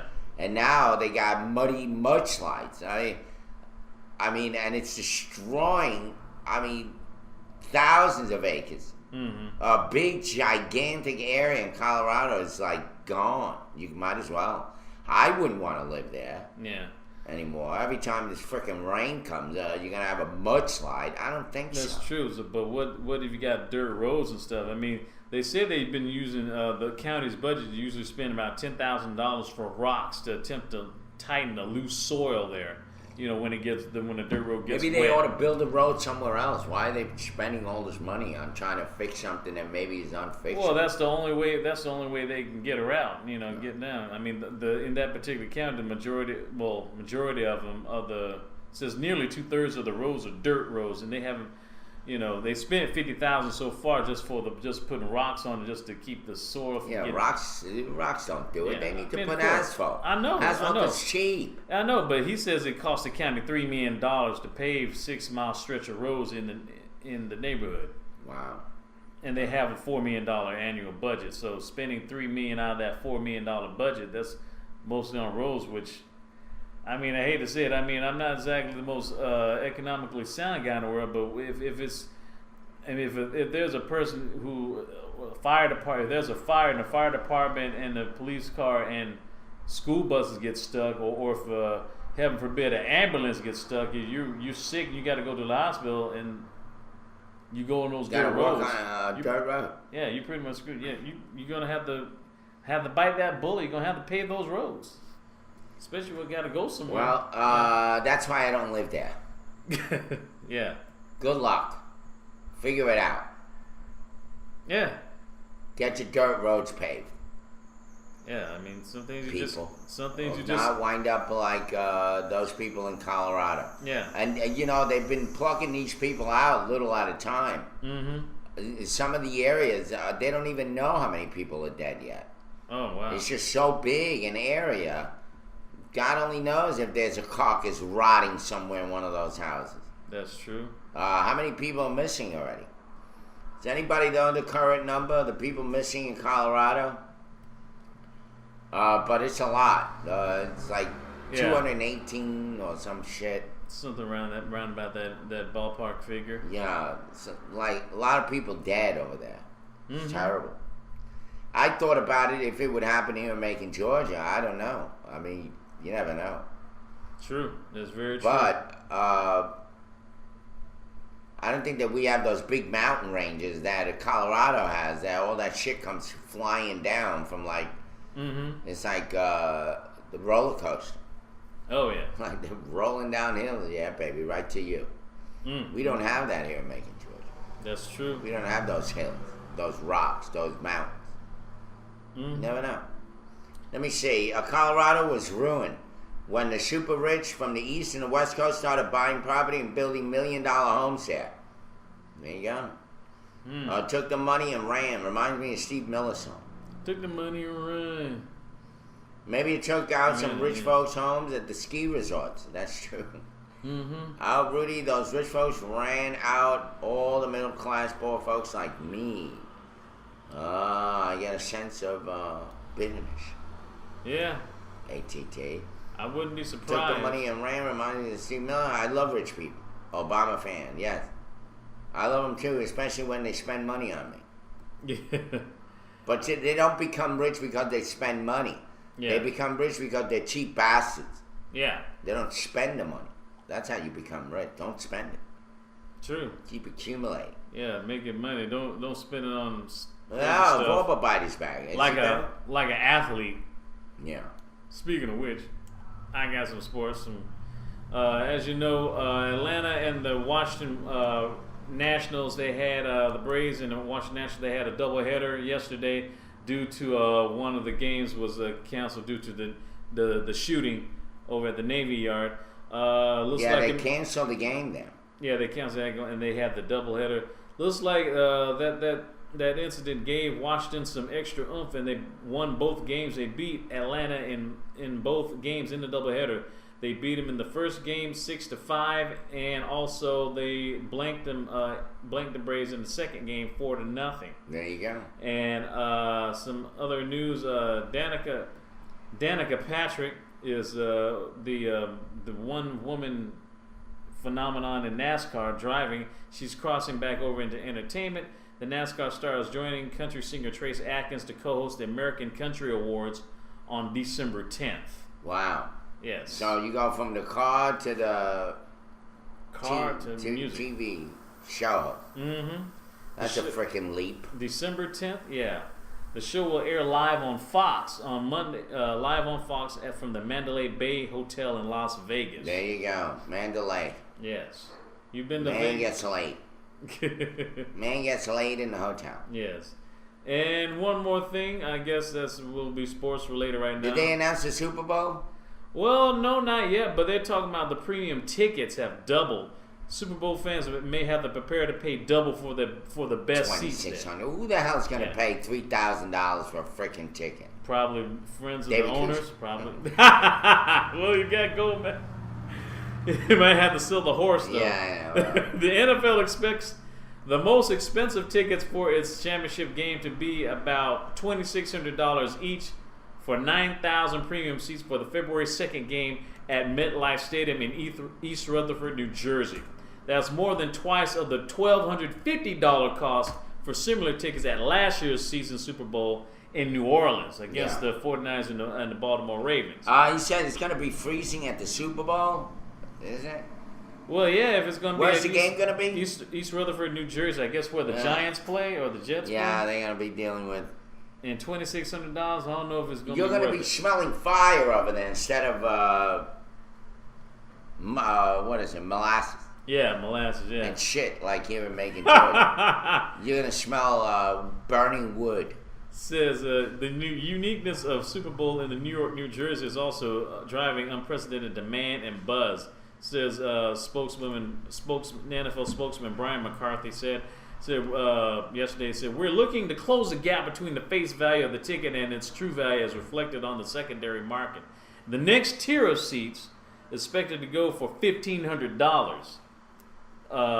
For one game? Yes. Compared to $950 in New Orleans. And about 40% of the general admission seats will be under $1,000. So those who really want to be rich people, as Obama fan says, really rich people will pay for it. Yeah, the capacity of MetLife Stadium runs is 82,000 seats, but it will be trimmed by about 5,000 seats to make room for the media, cameras, and security. That's outrageous. That's too much money. Yeah. Yeah, ATT. I would be with you. I would just watch it on TV. Yeah. You would, because it says like the lowest price. If you think $2,600 is the highest price, the lowest price of the ticket is going to be $500. So just in the nosebleed section, you're going to be paying $500.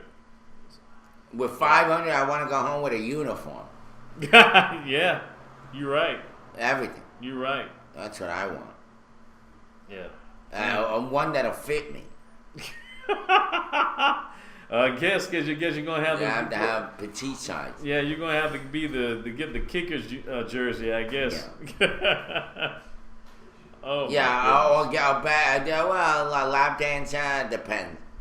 I don't want some woman with varicose veins and those rumpable asses that I see, like lumps. Oh my goodness. You ever see lumps on mashed potatoes? Yeah. Yeah, lumpy butt. I don't want that. And that's what they usually are. They're so desperate. Mm-hmm. Yeah. Hump day, yeah. That's true. Yeah. Well, that's all I have for sports. That's it on sports. Well, that was great. It was very interesting sports today, Derek, yes. Derek. Yes, I know we look so much alike. Yeah. 500, 2,200 pays for a lot of food or bills. Let me just say this: it's $2,600. It's $2,600, not $2,200. So how much more food can you buy with that? $2,600. That's ridiculous. Mm-hmm. And $500. I want a royal treatment. I want somebody to do my nails while I'm watching. Game. I would say that's almost I wouldn't say a year, but a good 6 months worth of food. Yeah. Or maybe 8 months of food. Yeah. Derek, you'd want Miss New York to dance in front of you for $2,600. Yeah. Miss, a lot more than dance. Miss America. Miss America, New York.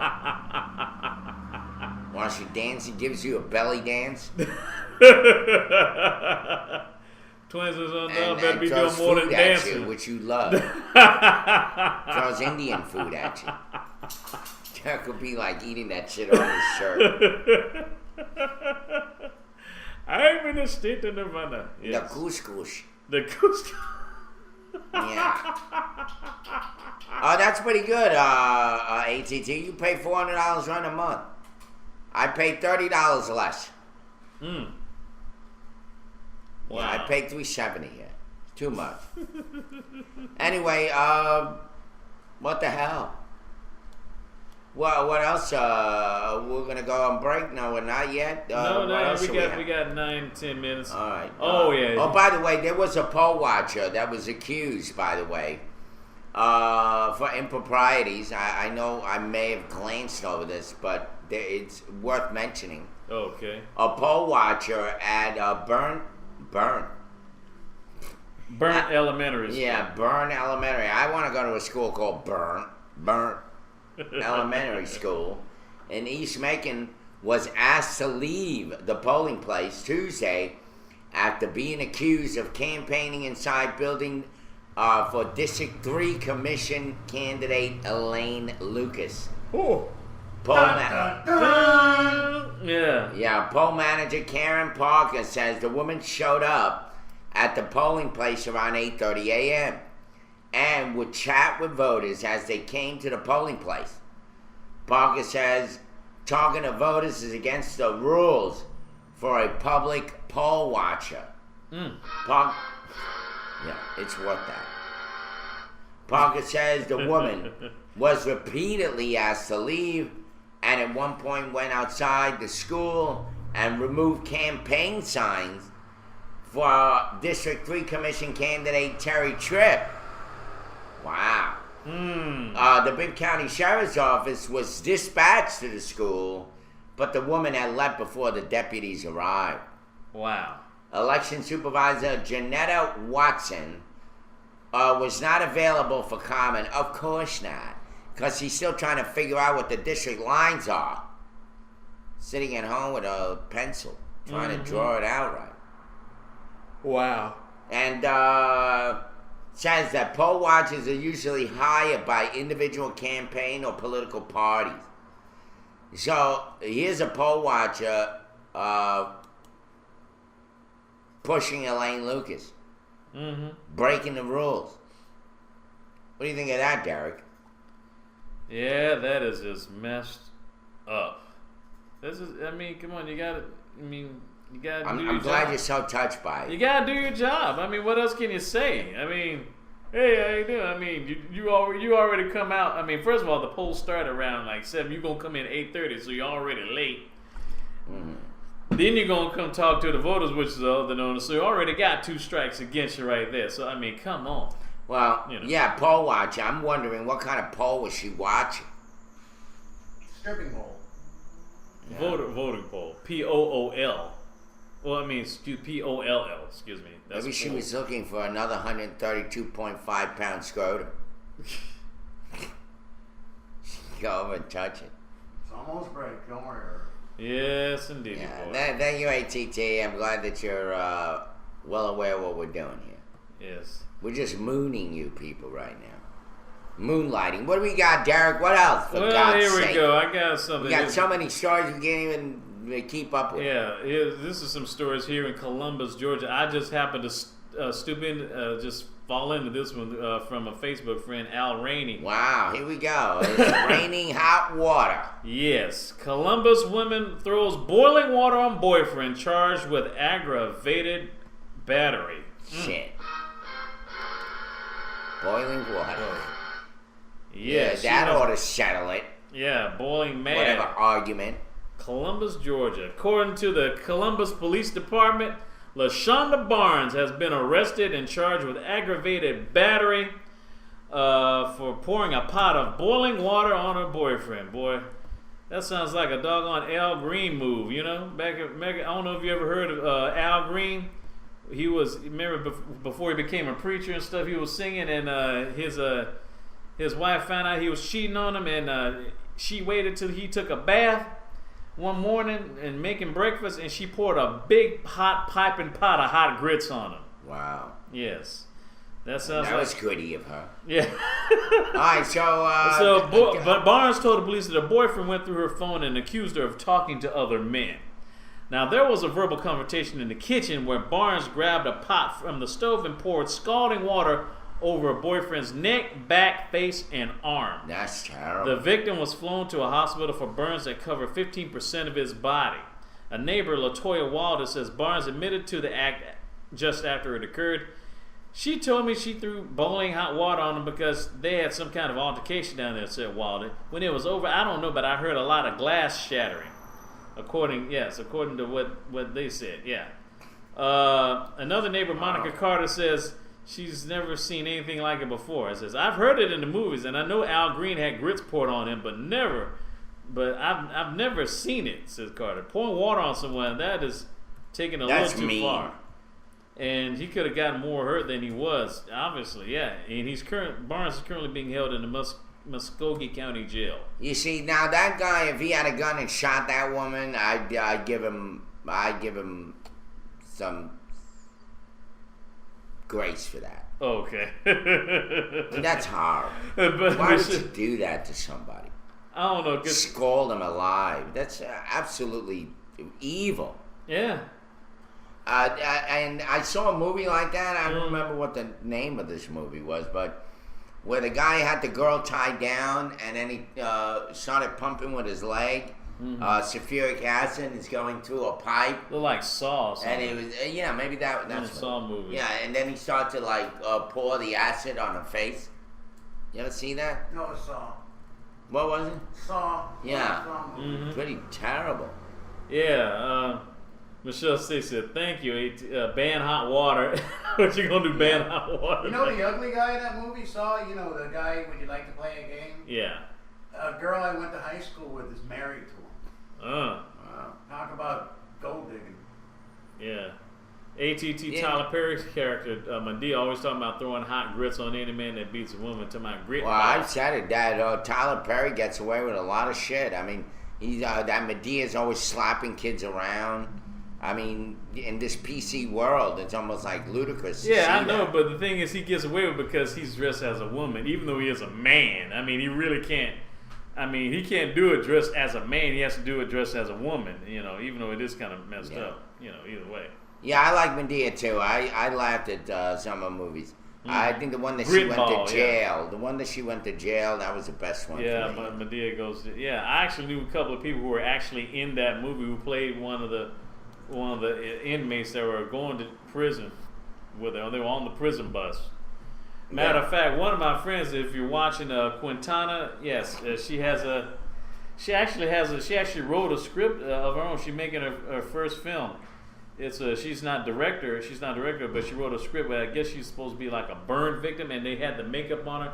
I'll try to see if I can get the pictures of it. You know, it looks really realistic. You know, you said burn victim. I just remembered. Remember that guy that killed the guy, and he went on YouTube and made this whole confession, say, and he had the music on. Oh yeah. And he had all that shit on. Mm-hmm. You know, he goes up to that court in the audacity of that son of a bitch, and he pled not guilty. The judge was furious. Mm-hmm. It's like you're playing games with the court. Yeah. I mean, well, I hope they throw the book at that son of a bitch. Put him in jail for just being a scumbag. Yeah, I think he pled not guilty because he found out that the presiding judge was one of them hanging judges. You know, I guess, you know. Or whatever. I mean, why do you go on YouTube, create this whole video and say, this is all about the people. Well, he was just going with what his lawyer said. If he agreed to to have a lighter sentence, you do a PSA, don't drink and drive like me. Well, whatever. What a stupid ass. Mm-hmm. He goes to the courthouse and pleads not guilty. I mean, it's not. They ought to have a video of somebody beating the shit out of him with a bat, and taking that burnt arm that he's got and like cutting it. Mm-hmm. Cutting it off or doing something. Something's got to be done about that. Yeah. Rudy Force. Somebody's got to call that guy to the cop and then slap him around Yeah, dang. Rudy and Force. say, "You stupid moron." Says Rudy- Got us all going. Yeah, Rudy Force says, every time someone says Ludacris, I think of Mike Tyson. It's ludicrous. Yeah. It's ludicrous. Yeah, well. It Mike really is, yeah. Tyson is more than ludicrous. That guy is hideous. I don't even know what else to say about him. Him and that disgusting stain he's got on his face. Oh, tattoo. Yeah, whatever. You want to call that a tattoo? Shit. You go ahead if you want to. I'm just Looks saying. like some bear slapped him in the face. It's a big, like, Put your seatbelt on, Herb. We're going to break, Herb. Put your seatbelt on. I guess he's Sorry, trying. He's backing up, everybody. He's Yeah. backing up. Anyway, what's wrong with the horn? It's Ed trying to shut me up. We'll be back. It's with 10:01 more Mike a.m. Tyson. We'll be right back. Stick around. Alrighty. And it looks like we are back. Speaking And of, we got a surprise. Anthony, Yes. your brother's here. yes, Coffee guy is with us. Welcome. Welcome. Coffee Cheers. And it's 10:08 yeah. a.m. in Macon, Georgia. It's 68 degrees with a high of 84 and a low of 60 degrees. We're watching the third and final hour of today's morning roast for September 18, 2013. Here with Irv, Ed, Needy, and along with Mr. Coffee Guy himself. there you go. Crocodile Hunter. That's what they're looking at you. Good day, Mike. How are you? Yeah, there you go. By the way, for those of you that don't know who Coffee Guy is, this is Anthony B. Harris, former mayoral candidate, brother, Yes. right here. This is the Older brother. opposite, complete reversal of who Anthony Harris is. The yin and the yang. Yeah. Yin and the yang. Who's the yang? I think Anthony's the yang. Because he was here first, so he's the yin. Yeah. And it sounds better, don't it? Yeah. Yes. Yeah, a yin, king, a yang, twang, whatever. Exactly. Bang, bang. Anyway, sorry to hear about that. So, Yeah, Charles London right here. He's coming to visit us today. And by the way, what do you think about what's happening in the Macon politics and your brother and all this?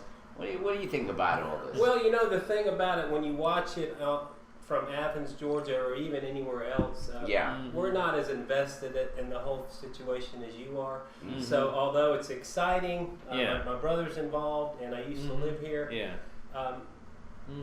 There's so many other things going on in the world that it's just a pebble on the sand of the Yeah. beaches. It of don't the mean earth, shit, right? in other words. And Yeah. you know, not to minimize anybody's politics, because the good thing about it is you guys live here and you are involved, and that's the most important Yeah. thing. Wherever you are, to be involved. Yeah, we in are that involved. Process. Yes. And you know, it doesn't always pan out the way you expect it, but life is about compromise, and you have to make do with the results that come about, and you move forward. You can't live in misery and regret. Okay. That's right. That's right. Yeah. Now, well, let me ask you. He says you sound somewhat like Ant. You sound like Ant, but somehow look normal. Yeah. Okay, come on, Tyler. Come on. You need to get that Exactly. He's the 5 normal hour Anthony. energy drink, man. Yeah, he's a normal Anthony. By the way, no, you're right. What do you Don't think get about that Red Bull, the Tyler. recount that Anthony is calling for? Because you know they didn't even mention this. Anthony got 0 votes, which is not true, because he got my vote, his vote.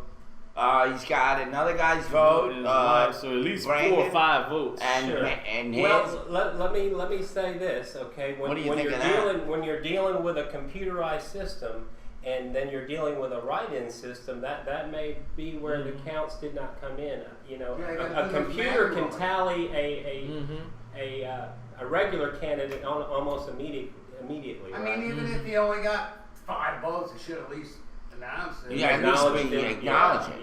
Yeah. Well, And- I'm not sure how that appears on the printout. However, that's done. Well, whatever. Well, you're using the same freaking machine that you would vote for any candidate. Right. So it's all going into the same. It's not like they go, "Oh, you're writing candidate, go over there and Right. write him in." Well, It's let the me same ask you this: machine. was there a percentage that went to write-in candidates at all? I mean, I don't know. That's And, point. you know, We have 0 right now. you know, maybe by Friday they'll have the write-ins counted. I don't know. Hopefully, yeah. Yeah, he is the Anthony that has all those wires connected. Yeah. Oh, Anthony said that. You know, come right from the horse's mouth. Oh, no, but he was hysterical. So your brother and I and Heather, we all went out yesterday along with Chris Payne. We had a good time. And we were over at Fickling and we drove around. We went to Grant's Lounge. And then we wind up at WMAZ. It was hysterical. David Kushner was there and 2 other guys. They all lost. And then Anthony walks in all happy. He's a loser too, right? And it's like a loser fest. It was great. And then Anthony gets, Anthony's all chuckling and happy, and, he doesn't care. Yeah. As long as he did what he did, and I'm proud of him. And it felt good. It felt good to celebrate losing. Sure. Well, let me say this: my brother, you did a great job. You brought a lot of energy to what you were doing. Yeah. And you gave it your all with respect to what you were trying to do. Right. And whether you're mowing the lawn, fixing a car, or running for mayor, give it 100%. And he gave it 100%. Invest what you can in it and go forward. And, You had to see him on Pie No and Eisenhower. Right. On the corner, and he's got the wolf mask on, and he's dancing, and he's stopping the cars. Like, people are beeping their horns, laughing, pointing fingers. It was a sight to behold. Right. Well, he may have been better off running as like the entertainment chair of Macon, Georgia, rather than That's what mayor. it was. Yeah. Maybe. Possibly. What do you think of that? Yeah, John Carson and Young. It was funny. They're all there licking their chops, all depressed, looking at the numbers. And Anthony walks in with me. It was like Lenny and Squiggy showing up on Laverne and Shirley. It's like, oh, what the hell? The Grim Reapers. We go in. Mm-hmm. The hell that they had to deal with. They were already mourning, and then we walk in. It was quite a sight. Right. Anyway, they took Anthony and sat him down and gave him a long interview, which I haven't seen yet. So, I don't know. Maybe if Derek was there when that Chinese chick was doing it. Yeah, Judy Lee. Yeah, Judy Lee. Maybe something would have happened. But anyway, look, I'm proud of your brother. Stop wasting Beatrice. To me, he ran a successful campaign for what he envisioned he wanted to do. He pulled it off. Now they're trying not to give him credit, which is why he's now calling for a runoff. A recount. What do you think about a recount? A recount. Well, from what I understand, and I just caught the end of it driving in this morning, that there will be a runoff between is it Reichert and Ellis? Those are the two that got the percentages needed, and Ellis only by 300 some votes to even get in a runoff, right? So that shows you when people say that every vote, my vote doesn't count, or you're apathetic. Every vote counts. Every vote definitely counts. I guess unless you're a write-in candidate, it counts sooner or later. The population of Macon, I mean, excluding kids, people in jail. Yeah, keep them in jail. And probably old people. Definitely is a hell of a lot more than the people that voted. What is it, 26%? Said only 26% of eligible So nobody voters. really got out and vote because a lot of people I talked to said, "Fuck it, it's going to be the same shit anyways. It's all corrupt, and why should I waste my time?" Right. So, so you as citizens of Macon, do you have faith in this system at all? At this point, no. It's sort of like cobbled together. I mean, in the end, it'll work itself out, I guess. But this is all bullshit. I mean, the fact that woman Watson screwed up the borderline, everybody screwed something up. Mm-hmm. And it's always been the problem here in Macon, Georgia. It wasn't clear how this consolidation government was going to look like, what it was going to act like. But, whatever. But Anthony says it best. yesterday how it felt. It came across as we were the ultimate loserdom. These three guys were already pissed because they lost. Add to the recipe, they had the illusion that they would win. I knew that I would not win. Imagine their irritation. By the way, Anthony, just so you know, there is THIER or EIR. Which one? TH. EIR. Yeah, EIR. That University of Georgia education paying off of it. Yeah, Or is exactly. that or you're No, or the Bibb County school system Well, paying both. off. Yeah, Actually, both. Mrs. Spell, you're right. Third grade spelling bee champion. No, this is coming from Anthony Harris, who is such a bitches and moans about everybody's misspelling. Yeah, he is the grammar police. He is the grammar on police. it yet, Aunt. Well, as most grammar police people in this city, there's a little corruption going on here, Anthony. A little. You spelled the word there wrong. Oh, here you go. Joe Allen to endorse Reeker. Bishop won't. Ooh. Well, we knew Well, Bishop, but we knew that Bishop couldn't stand Rick. Bishop made that very clear. Well, here's the most interesting thing I found out. Now, Ed mentioned 26% voter turnout, roughly. Okay, now if you could rock that 74% that did not vote, you could win the mayoral election. Pretty much. But I guess it's only two people in the game now, so. Yeah. Yeah, well, you know, Anthony, I think you need to get back to the streets and continue. Continue your run. Get that 74%. Yeah, call for a respell. Yeah. No. All I could say this is, Anthony, that you should go back on the road and campaign for a recount. Or be the voice of the 74% that didn't vote. Yeah, you could pull that line like. You could at least print a T-shirt over that, right? 74%. Yeah. Yeah. By the way, Anthony, you want to call in? You can call in. More than welcome. Michelle Stacy said, "This time hit the streets butt naked." Phone's right here. Oh, I have a couple Hooters girls hanging out with you. You get the attraction more. Okay. When are we going to see a naked morning roast? Well, Ed's been kind of just straddling that fence. Yeah, well, you no pun intended. If we get like a second camera, have like an Ed cam. Yeah. Yeah, in some European countries, this is all new. You just start getting it if you're here in the States, right? Certain European countries were already seeing her. Well, all I can say, Ed is naked half the time behind the cam. That's true. Yeah. Walks around without a shirt all day. Whatever.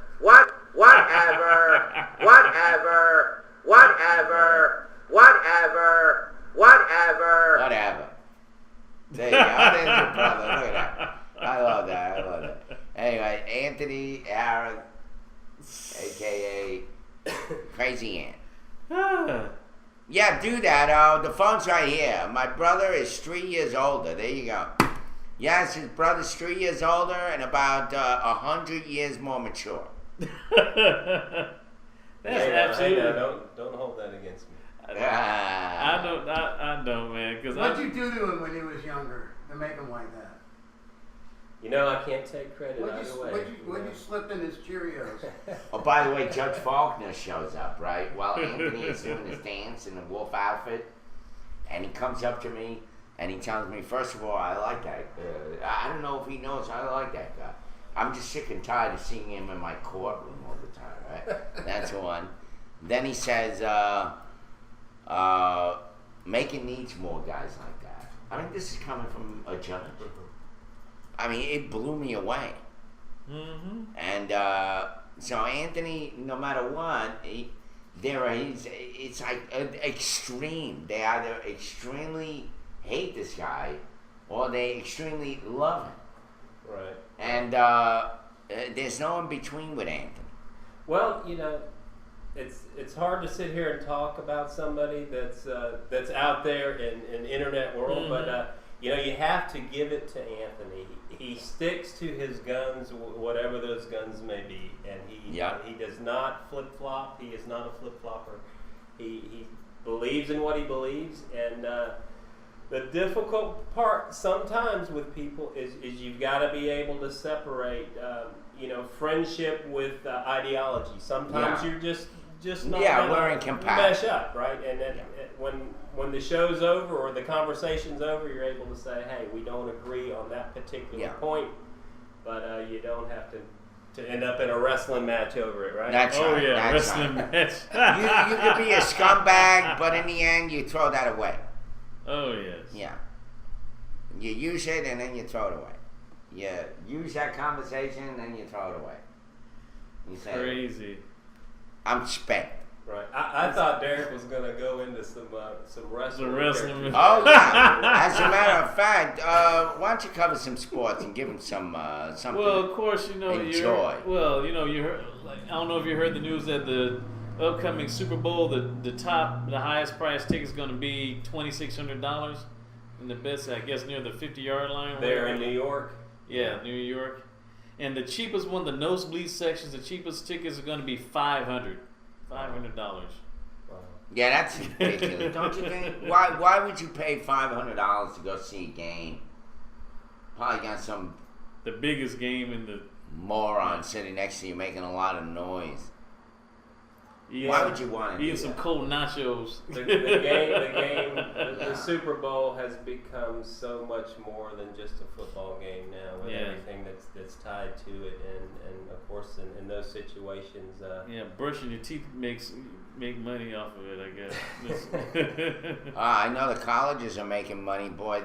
The college games this year, yes, Anthony. Oh, yeah. I know. We'll wake you up. We'll wake you up when we're done. Especially, do you think because since they had, Mercer has now football, do you think putting that hotel, that Hilton Garden Hotel, which is right next to the interstate exit, do you think that was a move to that, for them to expand? Well, how long has that Hilton been there? I have not been privy to any private meetings at Mercer University, so I don't know how long the football thing was in the works. But football was at Mercer many years ago, Mm-hmm. and being in the South, being in Georgia, it was probably They say just a matter of 72 time. years. Yeah, just a matter of time before football came back. Mm-hmm. But you also have to realize that Mercer University has grown. Since I moved away, they've done a tremendous job with not only the land over there, but the school itself. When I moved away, it was always a very good school, a very well-known school as far as academics and even baseball and basketball, but just how it's grown and taken in the community and revitalized the community. You gotta look to that. Hand it, And even with Mercer, I'm proud of Mercer University bringing football back after so many years. Mm-hmm. I mean, I was happy to see that stadium packed that day on the first game that they had recently. Right. Yeah, I mean, granted, and they won. Granted, I mean, even though their stadium's not nearly as big as Sanford Stadium, but it's respectable size. 12,000 people. Right. Right. Well, and the thing about that, a school of that size, you don't want to build a stadium that's so big that it's not supported well. If you ever watch that, what is it, the Pro Bowl in Hawaii? I mean, half the stands are empty because. Well, it's not the Super Bowl. Right. Well, the game doesn't mean anything, and first of all, I mean, it's expensive to go to Hawaii. And, that too. So here you have this somewhat professional event that's not supported. So it's better to have a small stadium that's packed than a 100,000 seat stadium where look, you guys need to sit right here. So when this camera shot's there, it looks like there's somebody in here. Catch my drift? Yeah, or my drift. It's like a bad church service. By the way, you have more people in stadiums than you do in churches. Ain't that sad? People are more obsessed with going to a game than they are about going to church. Very sad. Well, to some people, football is a religion too. Yeah, they say God. Yes. By the way, I want to give you the opportunity and the opportunity, of reading today's our daily bread to our loving fans. Okay, we're moving right into daily bread. We're moving. It's 10:27, Hey, and we we're only got going 40 minutes left. into daily bread, and then we're gonna go back to Derek, and then we'll go back to sports or whatever the hell. We'll just chill out for the next 30 minutes. So today's daily bread is. All right. God has other plans. My friend Linda grew up planning to become a medical missionary. She loves the Lord and wanted to serve Him as a doctor by taking the gospel to sick people in parts of the world where medical care is hard to find. But God had other plans. Linda has indeed become a medical missionary, but not the way she expected. At age 14, Linda developed a chronic health problem that required her to be hospitalized for major surgeries several times a year. She survived bacterial meningitis that left her in a coma for 2 weeks and blind for 6 months. She once celebrated 2 birthdays in a row in the hospital without going home in between. She had had several experiences where she had not expected to live.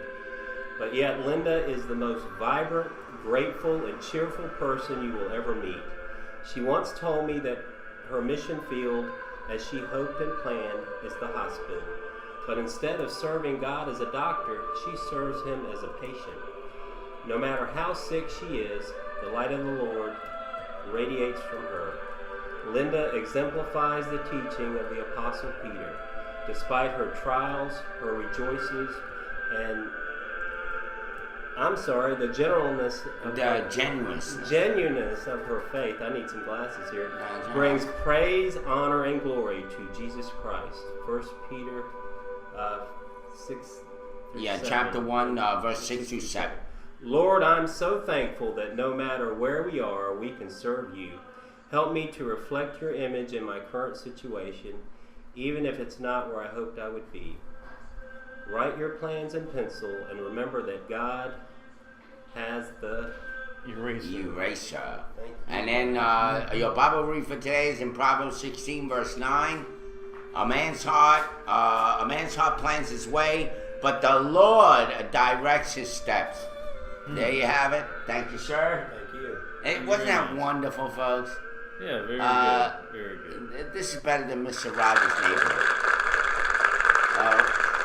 We get to see another side of Anthony and his family member, because Anthony would rather stay in that loser's room for 6 months before he would ever even consider reading this stuff. I'm serious. For Anthony to read this, it would be torture. Be blasphemous? Be blasphemous. Anarchy blasphemy. It'd be blasphemy against people that don't believe in anything. Atheists. Well, unfortunately, they don't have a degree for atheist studies, but I'm just for agnostic studies. I'm sure it's out there. Awesome job, Coffee It's Bar. out there. Yeah, give it time. Give it time. Anyway, oh man. I'll check that out. We had some crazy Obama fan. Yeah. We had some crazy snooze and stuff. I mean, I don't know if you heard about this woman in Columbus throws boiling water on her boyfriend because she was mad that he happened to check her phone. Thought she was talking to other guys and stuff. It was like, dang, she pulled a page out of Al Green's wife. I mean, you probably know about the story about Al Green. Actually, I caught the story you say on the news this morning on the radio. Where? Oh, really? Yeah. And what's he saying about that story? Al Green? Oh, yeah, Al Green. Isn't Al Green that singer? Yeah, he's a singer and now a preacher. Yeah, because back when he was, I guess, on the road or something like that, his wife caught him cheating, but instead of just confronting him right there and then, she says, he decides to take a bath early one morning. She decides to make some breakfast, and right when he was taking a bath, as soon as he got in the tub, she pours in this big pot of hot grits on his back. This, wow, yeah. Hell hath no fury like a scorned woman. Yeah, Yes. well, there you have it. By the way, And a pot of Yirak, grits.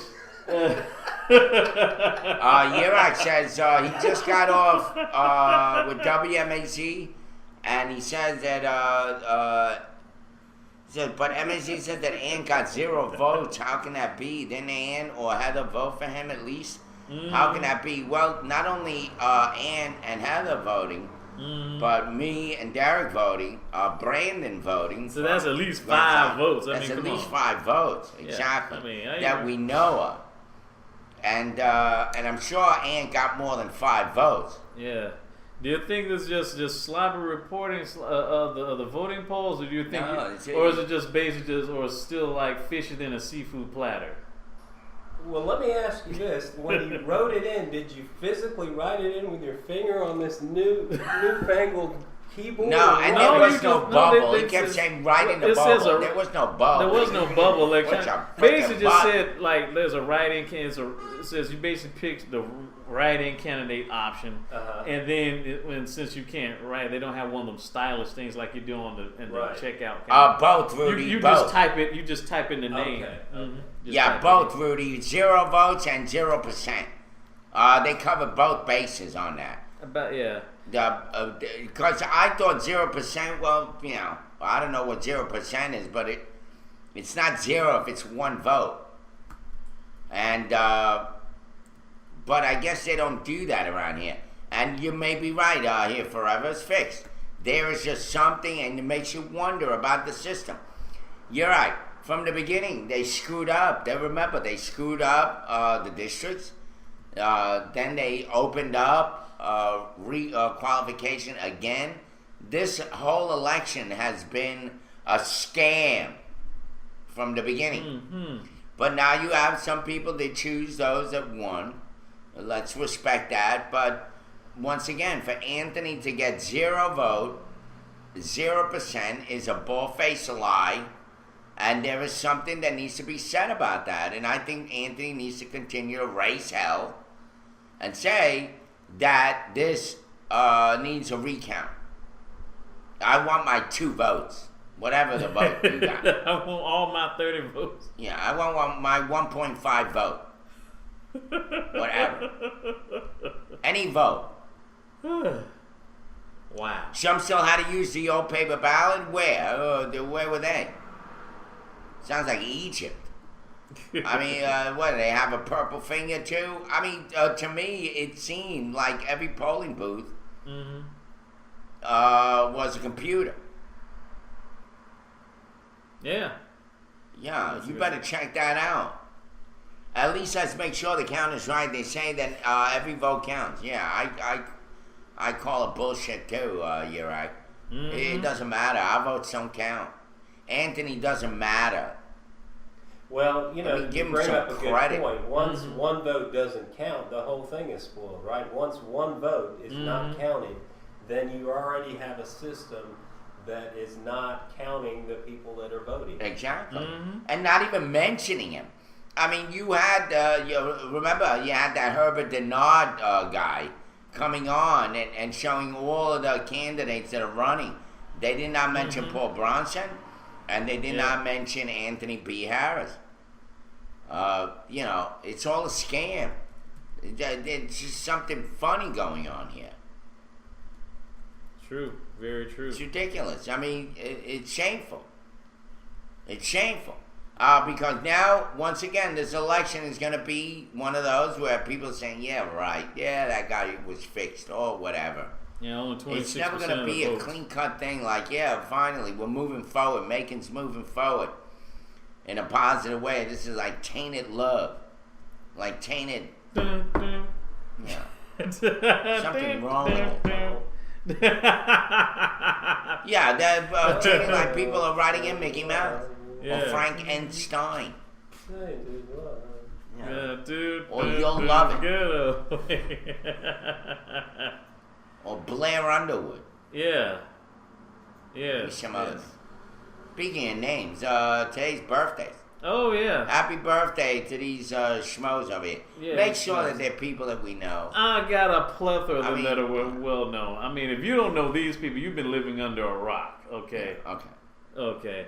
Number one here, Ronaldo, Brazilian Who soccer the hell is player. Ronaldo? He's You know dubbed a Ronaldo? phenomenon. The striker won World Cup Yeah. titles in He's a guy that knows a lot. He won World Cup titles in 1994 and 2002, and in 2006 broke a World Cup record when he scored his 15th goal. Jada Pinkett Smith, I know you know this person right here. Yeah, Ronaldo, he turned 37. Jada Pinkett Smith, obviously the wife of Will Smith. Yeah, she has ugly kids. The lovely actress appeared on the TV series A Different World and been in movies such as The Nutty Professor and the Matrix sequels.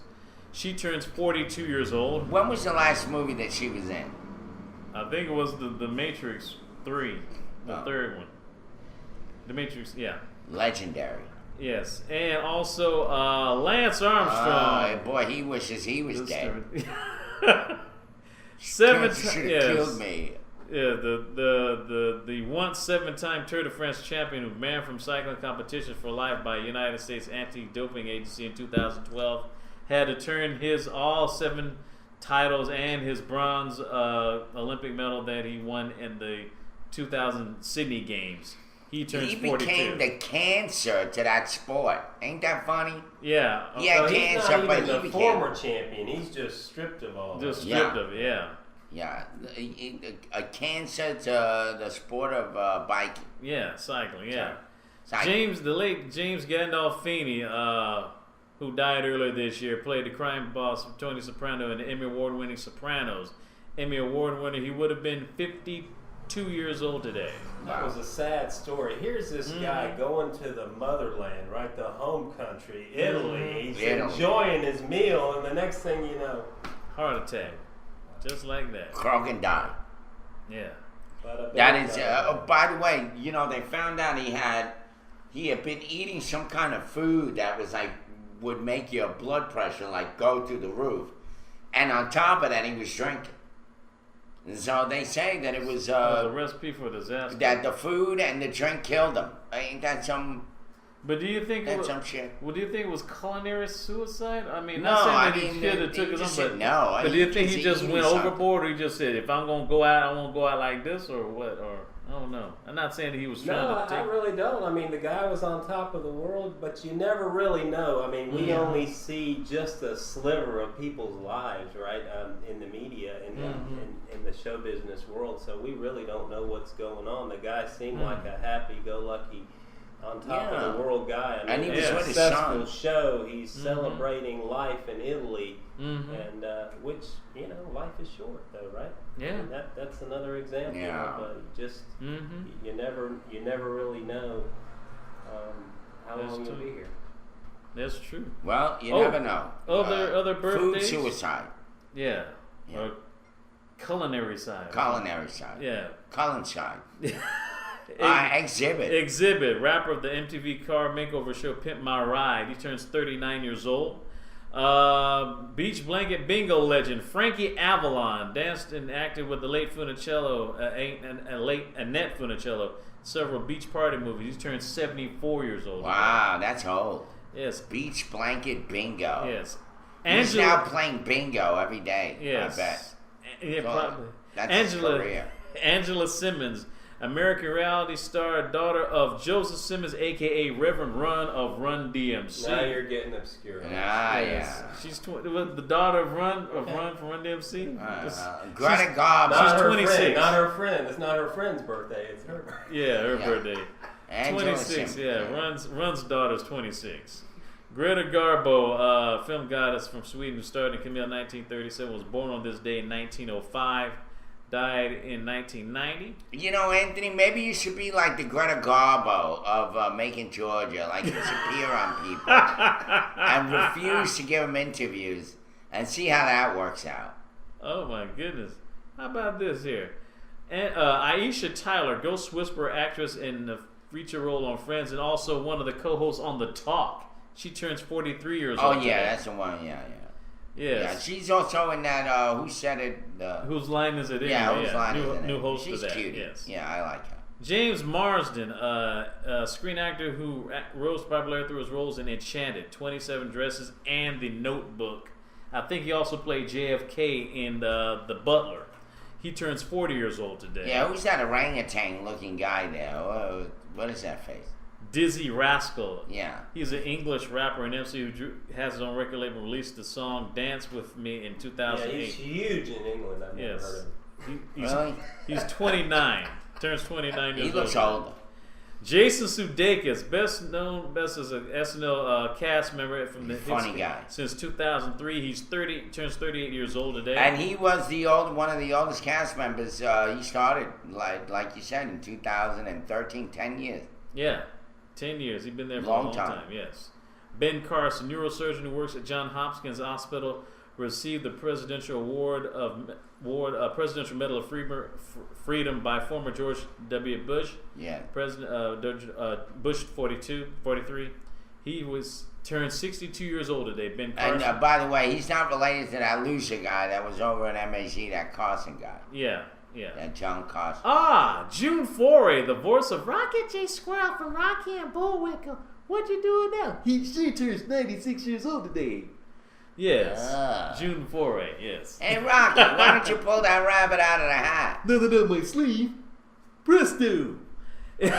Also, another former, here's a person, speaking of the talk, another host who used to be on the talk, Holly Robinson Peete, starred in TV shows including Hanging Mr. Cooper and For Your Love, and also 21 Jump Street. Dallas. Yeah, no, 21 Jump Street on Fox. She turns 49 years old. I know remember Dennis Johnson used to play for the Seattle Supersonics. Their only NBA championship in 79. He was born on this date, 1954. Actually, I know who would know him. My friend Corey Blackwell. Uh-huh. He used to play for the Seattle Supersonics. Oh, okay. And I'll mention it. Okay. Oh, Fred Willard. Everyone. Yeah, that pervert guy. Everybody Loves Raymond's Hank McDougal received 3 Emmy nominations. He's turned 74 years old. Yeah, he did some sexual weird thing not too long ago. Yeah.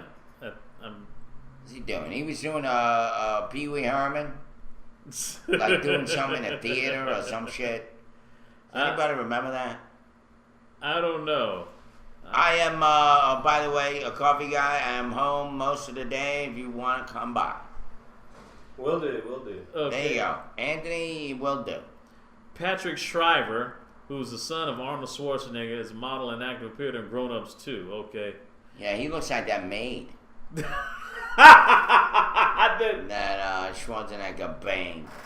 I don't know if he's that old. I don't think that's the. Why is he a Shriver, not a Schwarzenegger? I don't know. I guess he's trying to keep himself away from him. Now, but you have to admit though, the 10-year-old son that he has from the maid, of course, the nanny. I mean, now that may be him because they've been together for a decade. So you can't tell me that's not Arnold's son. I mean, the only 5th grader that can bench press his own homeroom teacher. Listen to me now and hear me later. Yeah. Give me now. Give me your lunch money. Give me your lunch money. Oh. Well, you have to admit, Arnold Schwarzenegger was a good-looking dude when he was younger. Yeah. And Maria Shriver is too shrivelly looking for this guy. Yeah, he was banging some bones there. Yeah. With big teeth. She always reminded me of Skeletor. Yeah. Yeah, he's like Skellington. Miss Skellington. Oh my God. Maria Skellington. I never watched that. I don't know. I always thought she had a nice head of hair. But yeah, that's it. No, hair. You take that hair, chop it off, and give it to somebody else, and she was a handsome woman. Yeah.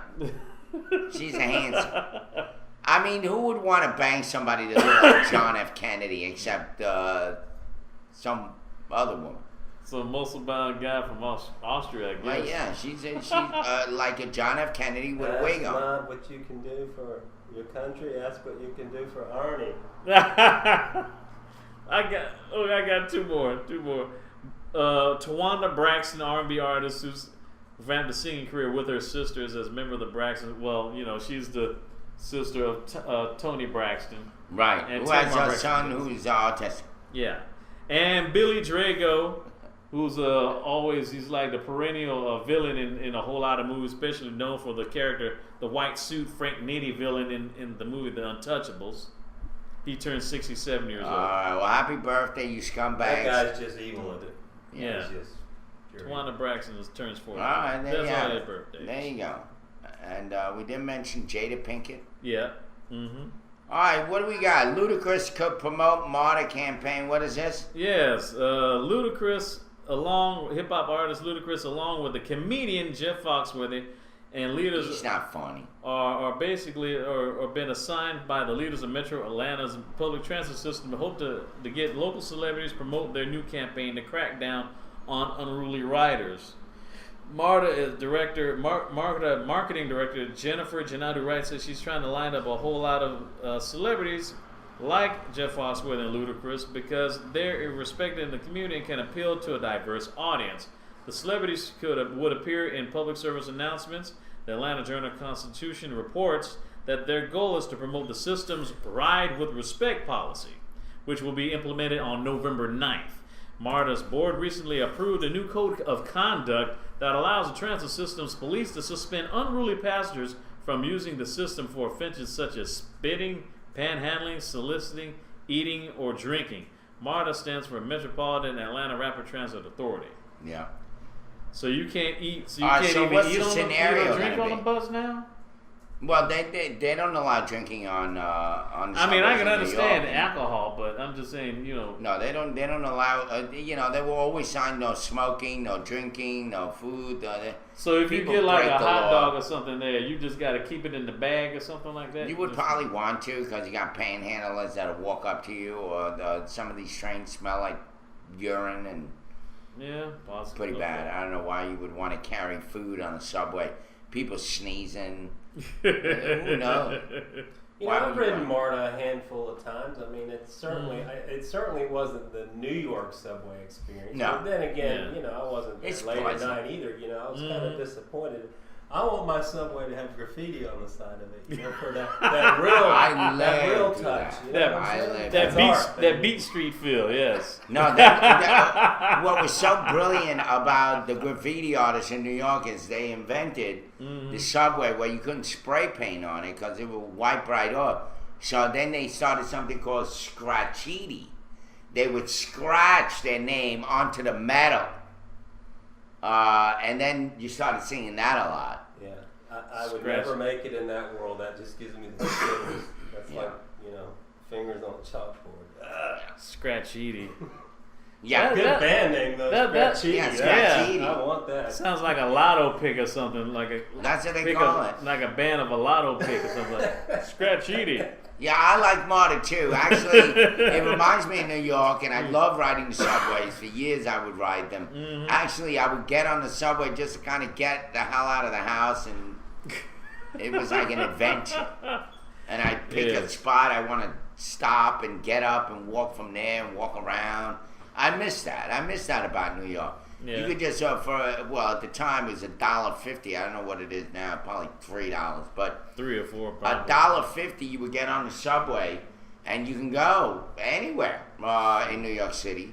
It's probably $4 now. Yeah, now tell us about that, Herb. I mean, the subway wild. system in New York City, you can go from where to where. I mean, Okay, that is well, quite a distance. And just to give you an idea, it would be like going from here to Athens, and Athens would be like going to the Bronx Okay. from Staten Island. Like about 95, yeah, 96 miles? The distance. Yeah, because you get on a ferry in Staten Island, get in a subway, because Staten Island has like MARTA here. Yeah. It's really not a subway. It's more like a railroad. Mm-hmm. Like the New York subways and the ones on Staten Island are completely different. They're not connected. Mm-hmm. And so you have to take the ferry to Manhattan, downtown, grab a subway from there, and it could take you into the Bronx, which would be the equivalent of going from Macon, Georgia to Athens, about the same distance. So And, you and mean you from go on the tunnel, and you go on a subway and you get upstairs and you're in Athens. It's almost magical. So Manhattan and the Bronx are like about 90 some odd miles away from each other? Well, Manhattan is a 14-mile long island. Okay. But you got a 64-mile stretch between all the boroughs if you're going to walk them. It's equivalent to about 64 miles. Okay. So, I mean, that's a lot of area to cover. Okay. It's at least between here and Jonesboro. It's kind of like that. Okay, at least that. Yeah, at that least part. all that. And Because that imagine was all that in 96. subway. And then parts of it would be the equivalent of Athens when you go through that back way to get to Athens. There's a shortcut to get to Athens. Mm-hmm. Yeah, that would be like going to the Bronx. And the thing is, I mean, you're covering a lot of area. I mean, I'm not sure the mileage. We could find out the specs to that. But the New York City subway covers a lot of mileage. And it takes about 7 hours. Somebody did it. On the A train, they went to every train. And it took about 7 hours to travel. Just jumping from one train to the other, to the other, to the other. That's and getting crazy. all around town. You can get everywhere around town within 7 hours. Which is pretty amazing. That is something. I mean, hit every area within 7 hours. It'd be like hitting Jonestown, Augusta. Well, Dublin's a little far out. Dublin would be like the equivalent of going to Yonkers. Yeah. Or the beginning of upstate New York. Mount Vernon. Yes. Ed knows some of this. Even though Ed didn't live in New York City. Connecticut feels like suburban New York. It's like the second smallest state. Yeah. Oh, yeah. Next to A Rhode lot of Island. people, high taxes, but a small state. Yeah. But they support the Second Amendment. Mm-hmm. Yeah. Native. Oh, yeah. There's more than just mega thefts of iPhones and iPads. I was in a subway one day, of course. 44 years of my life I spent on that thing. And the windows, they're right behind you on the subway. In the old cars, especially. The new cars, it's harder to do. But in the old cars, they were just windows, long windows. And guys would literally, they would just put their hand in and rip the necklace off of a sitting passenger that was sitting right under that window. That's how scary it used to get. Mm-hmm. Or they would, that was a new thing. Mm-hmm. They would reach your hand in and rip off your necklace or whatever you had on. And, in New York, they like to show a lot of bling. Mm-hmm. So it was a cash cow for some of these guys. Okay. They do it with the purses as well. If a woman has a purse, they reach all the way down. They could reach. But, you got these tall guys and the windows are literally like at eye length for some of these guys.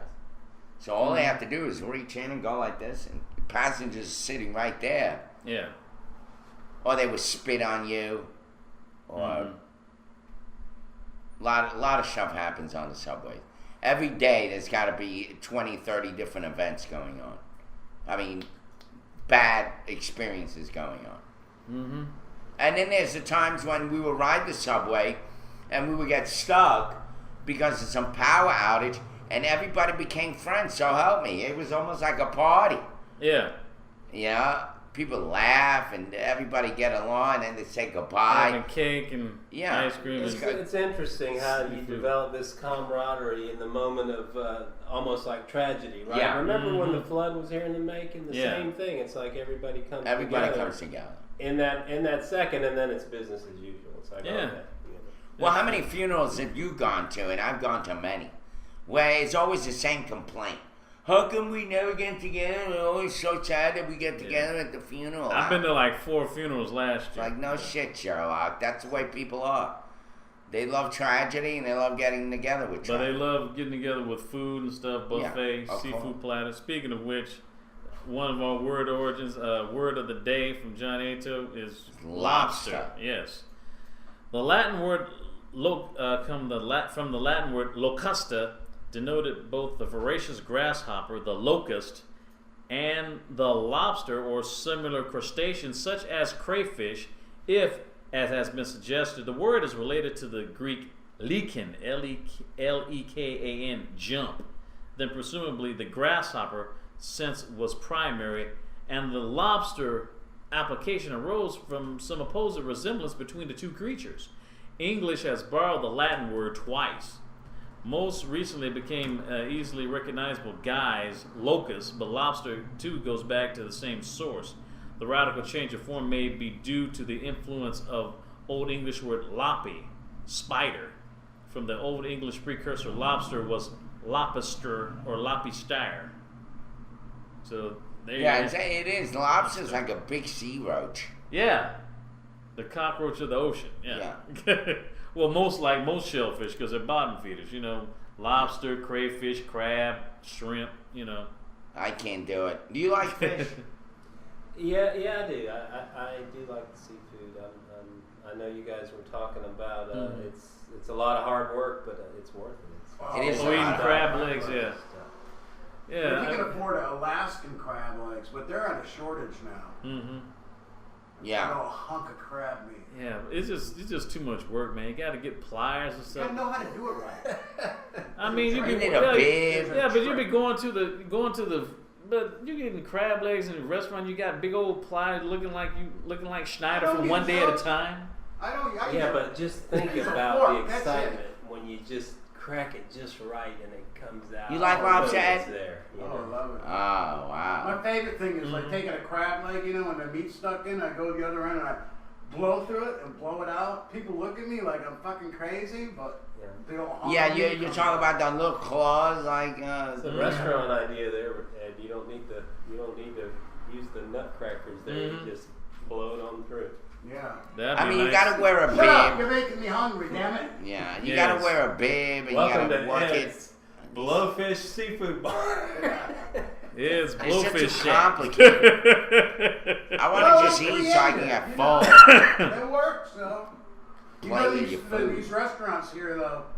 You know, you got a little tin, you know, it's all you can eat, a little pan like this. And there's like 10 people waiting, and usually the first 2 people clean it up. Oh yeah. And you gotta wait another 20 minutes for a damn crab leg. Like, fuck So that Yeah, wait sounds for the rigged whole to me. It's really not all you can eat. No, it's not. It's Yeah. all you can eat whenever, if you're willing to wait a while. Yeah. But that one out there on Eisenhower, that new China 8, that's about the best around. Speaking of which, on that, I'll go in with this right here. Who said this first? The whole shebang. The whole shebang. There you Yeah. go. Anthony We had won. shemazel, now I got shebang. Shebang, yes. This expression can be used to describe the sum total of anything without a thought to what a shebang actually is.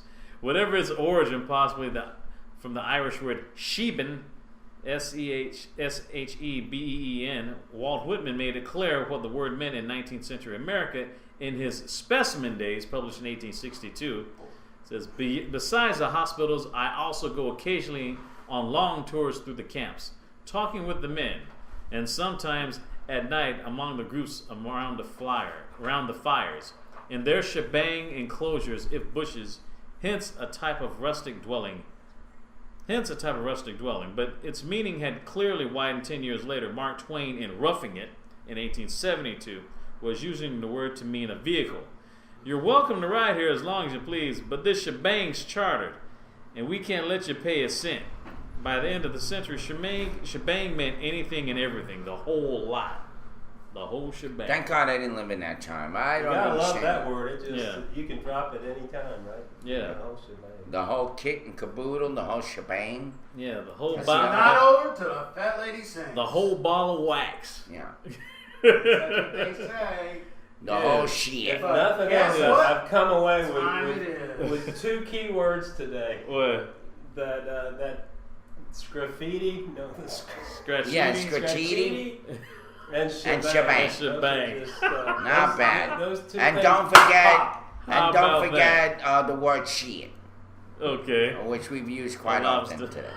Shamil Shemazel. We There's want a lot of shit We going want to on. thank. It's 11:01. It's 11:01. We want to thank all our mods and chatters and guest viewers who've been watching us, checking us out. Thank you I all. want to thank Earl Thank Big you, brother. Skillet. Thank you, a coffee guy, for coming in and say hello to us and hanging out with us this last hour. Want to thank Here Forever. Better than having Anthony here. At least we got to talk. Thank you, Urek Wildcat. Thank you, ATT, Jesse 131955, Kiwi Guy, Lady K1. Lager and Cam, Obama Fan 11, Scorpio Pio, Smell My Finger, Sacred Man, Tower of London, Watchdog 1, Zappa 1, also Sabuki, who was here earlier. And Michelle also Stacy was here. Earlier, and Sabuki was here earlier. Yeah. And okay, I think that's about it. Yeah, there you go. Anthony, your brother's coming over, I guess. Give me a call later on. Let's see whatever. See what happens. And what happens. On behalf of Irv and Ed, this is DB saying, can you smell what the roast is brewing? Thanks again. We'll see you tomorrow on Yeah, Thursday.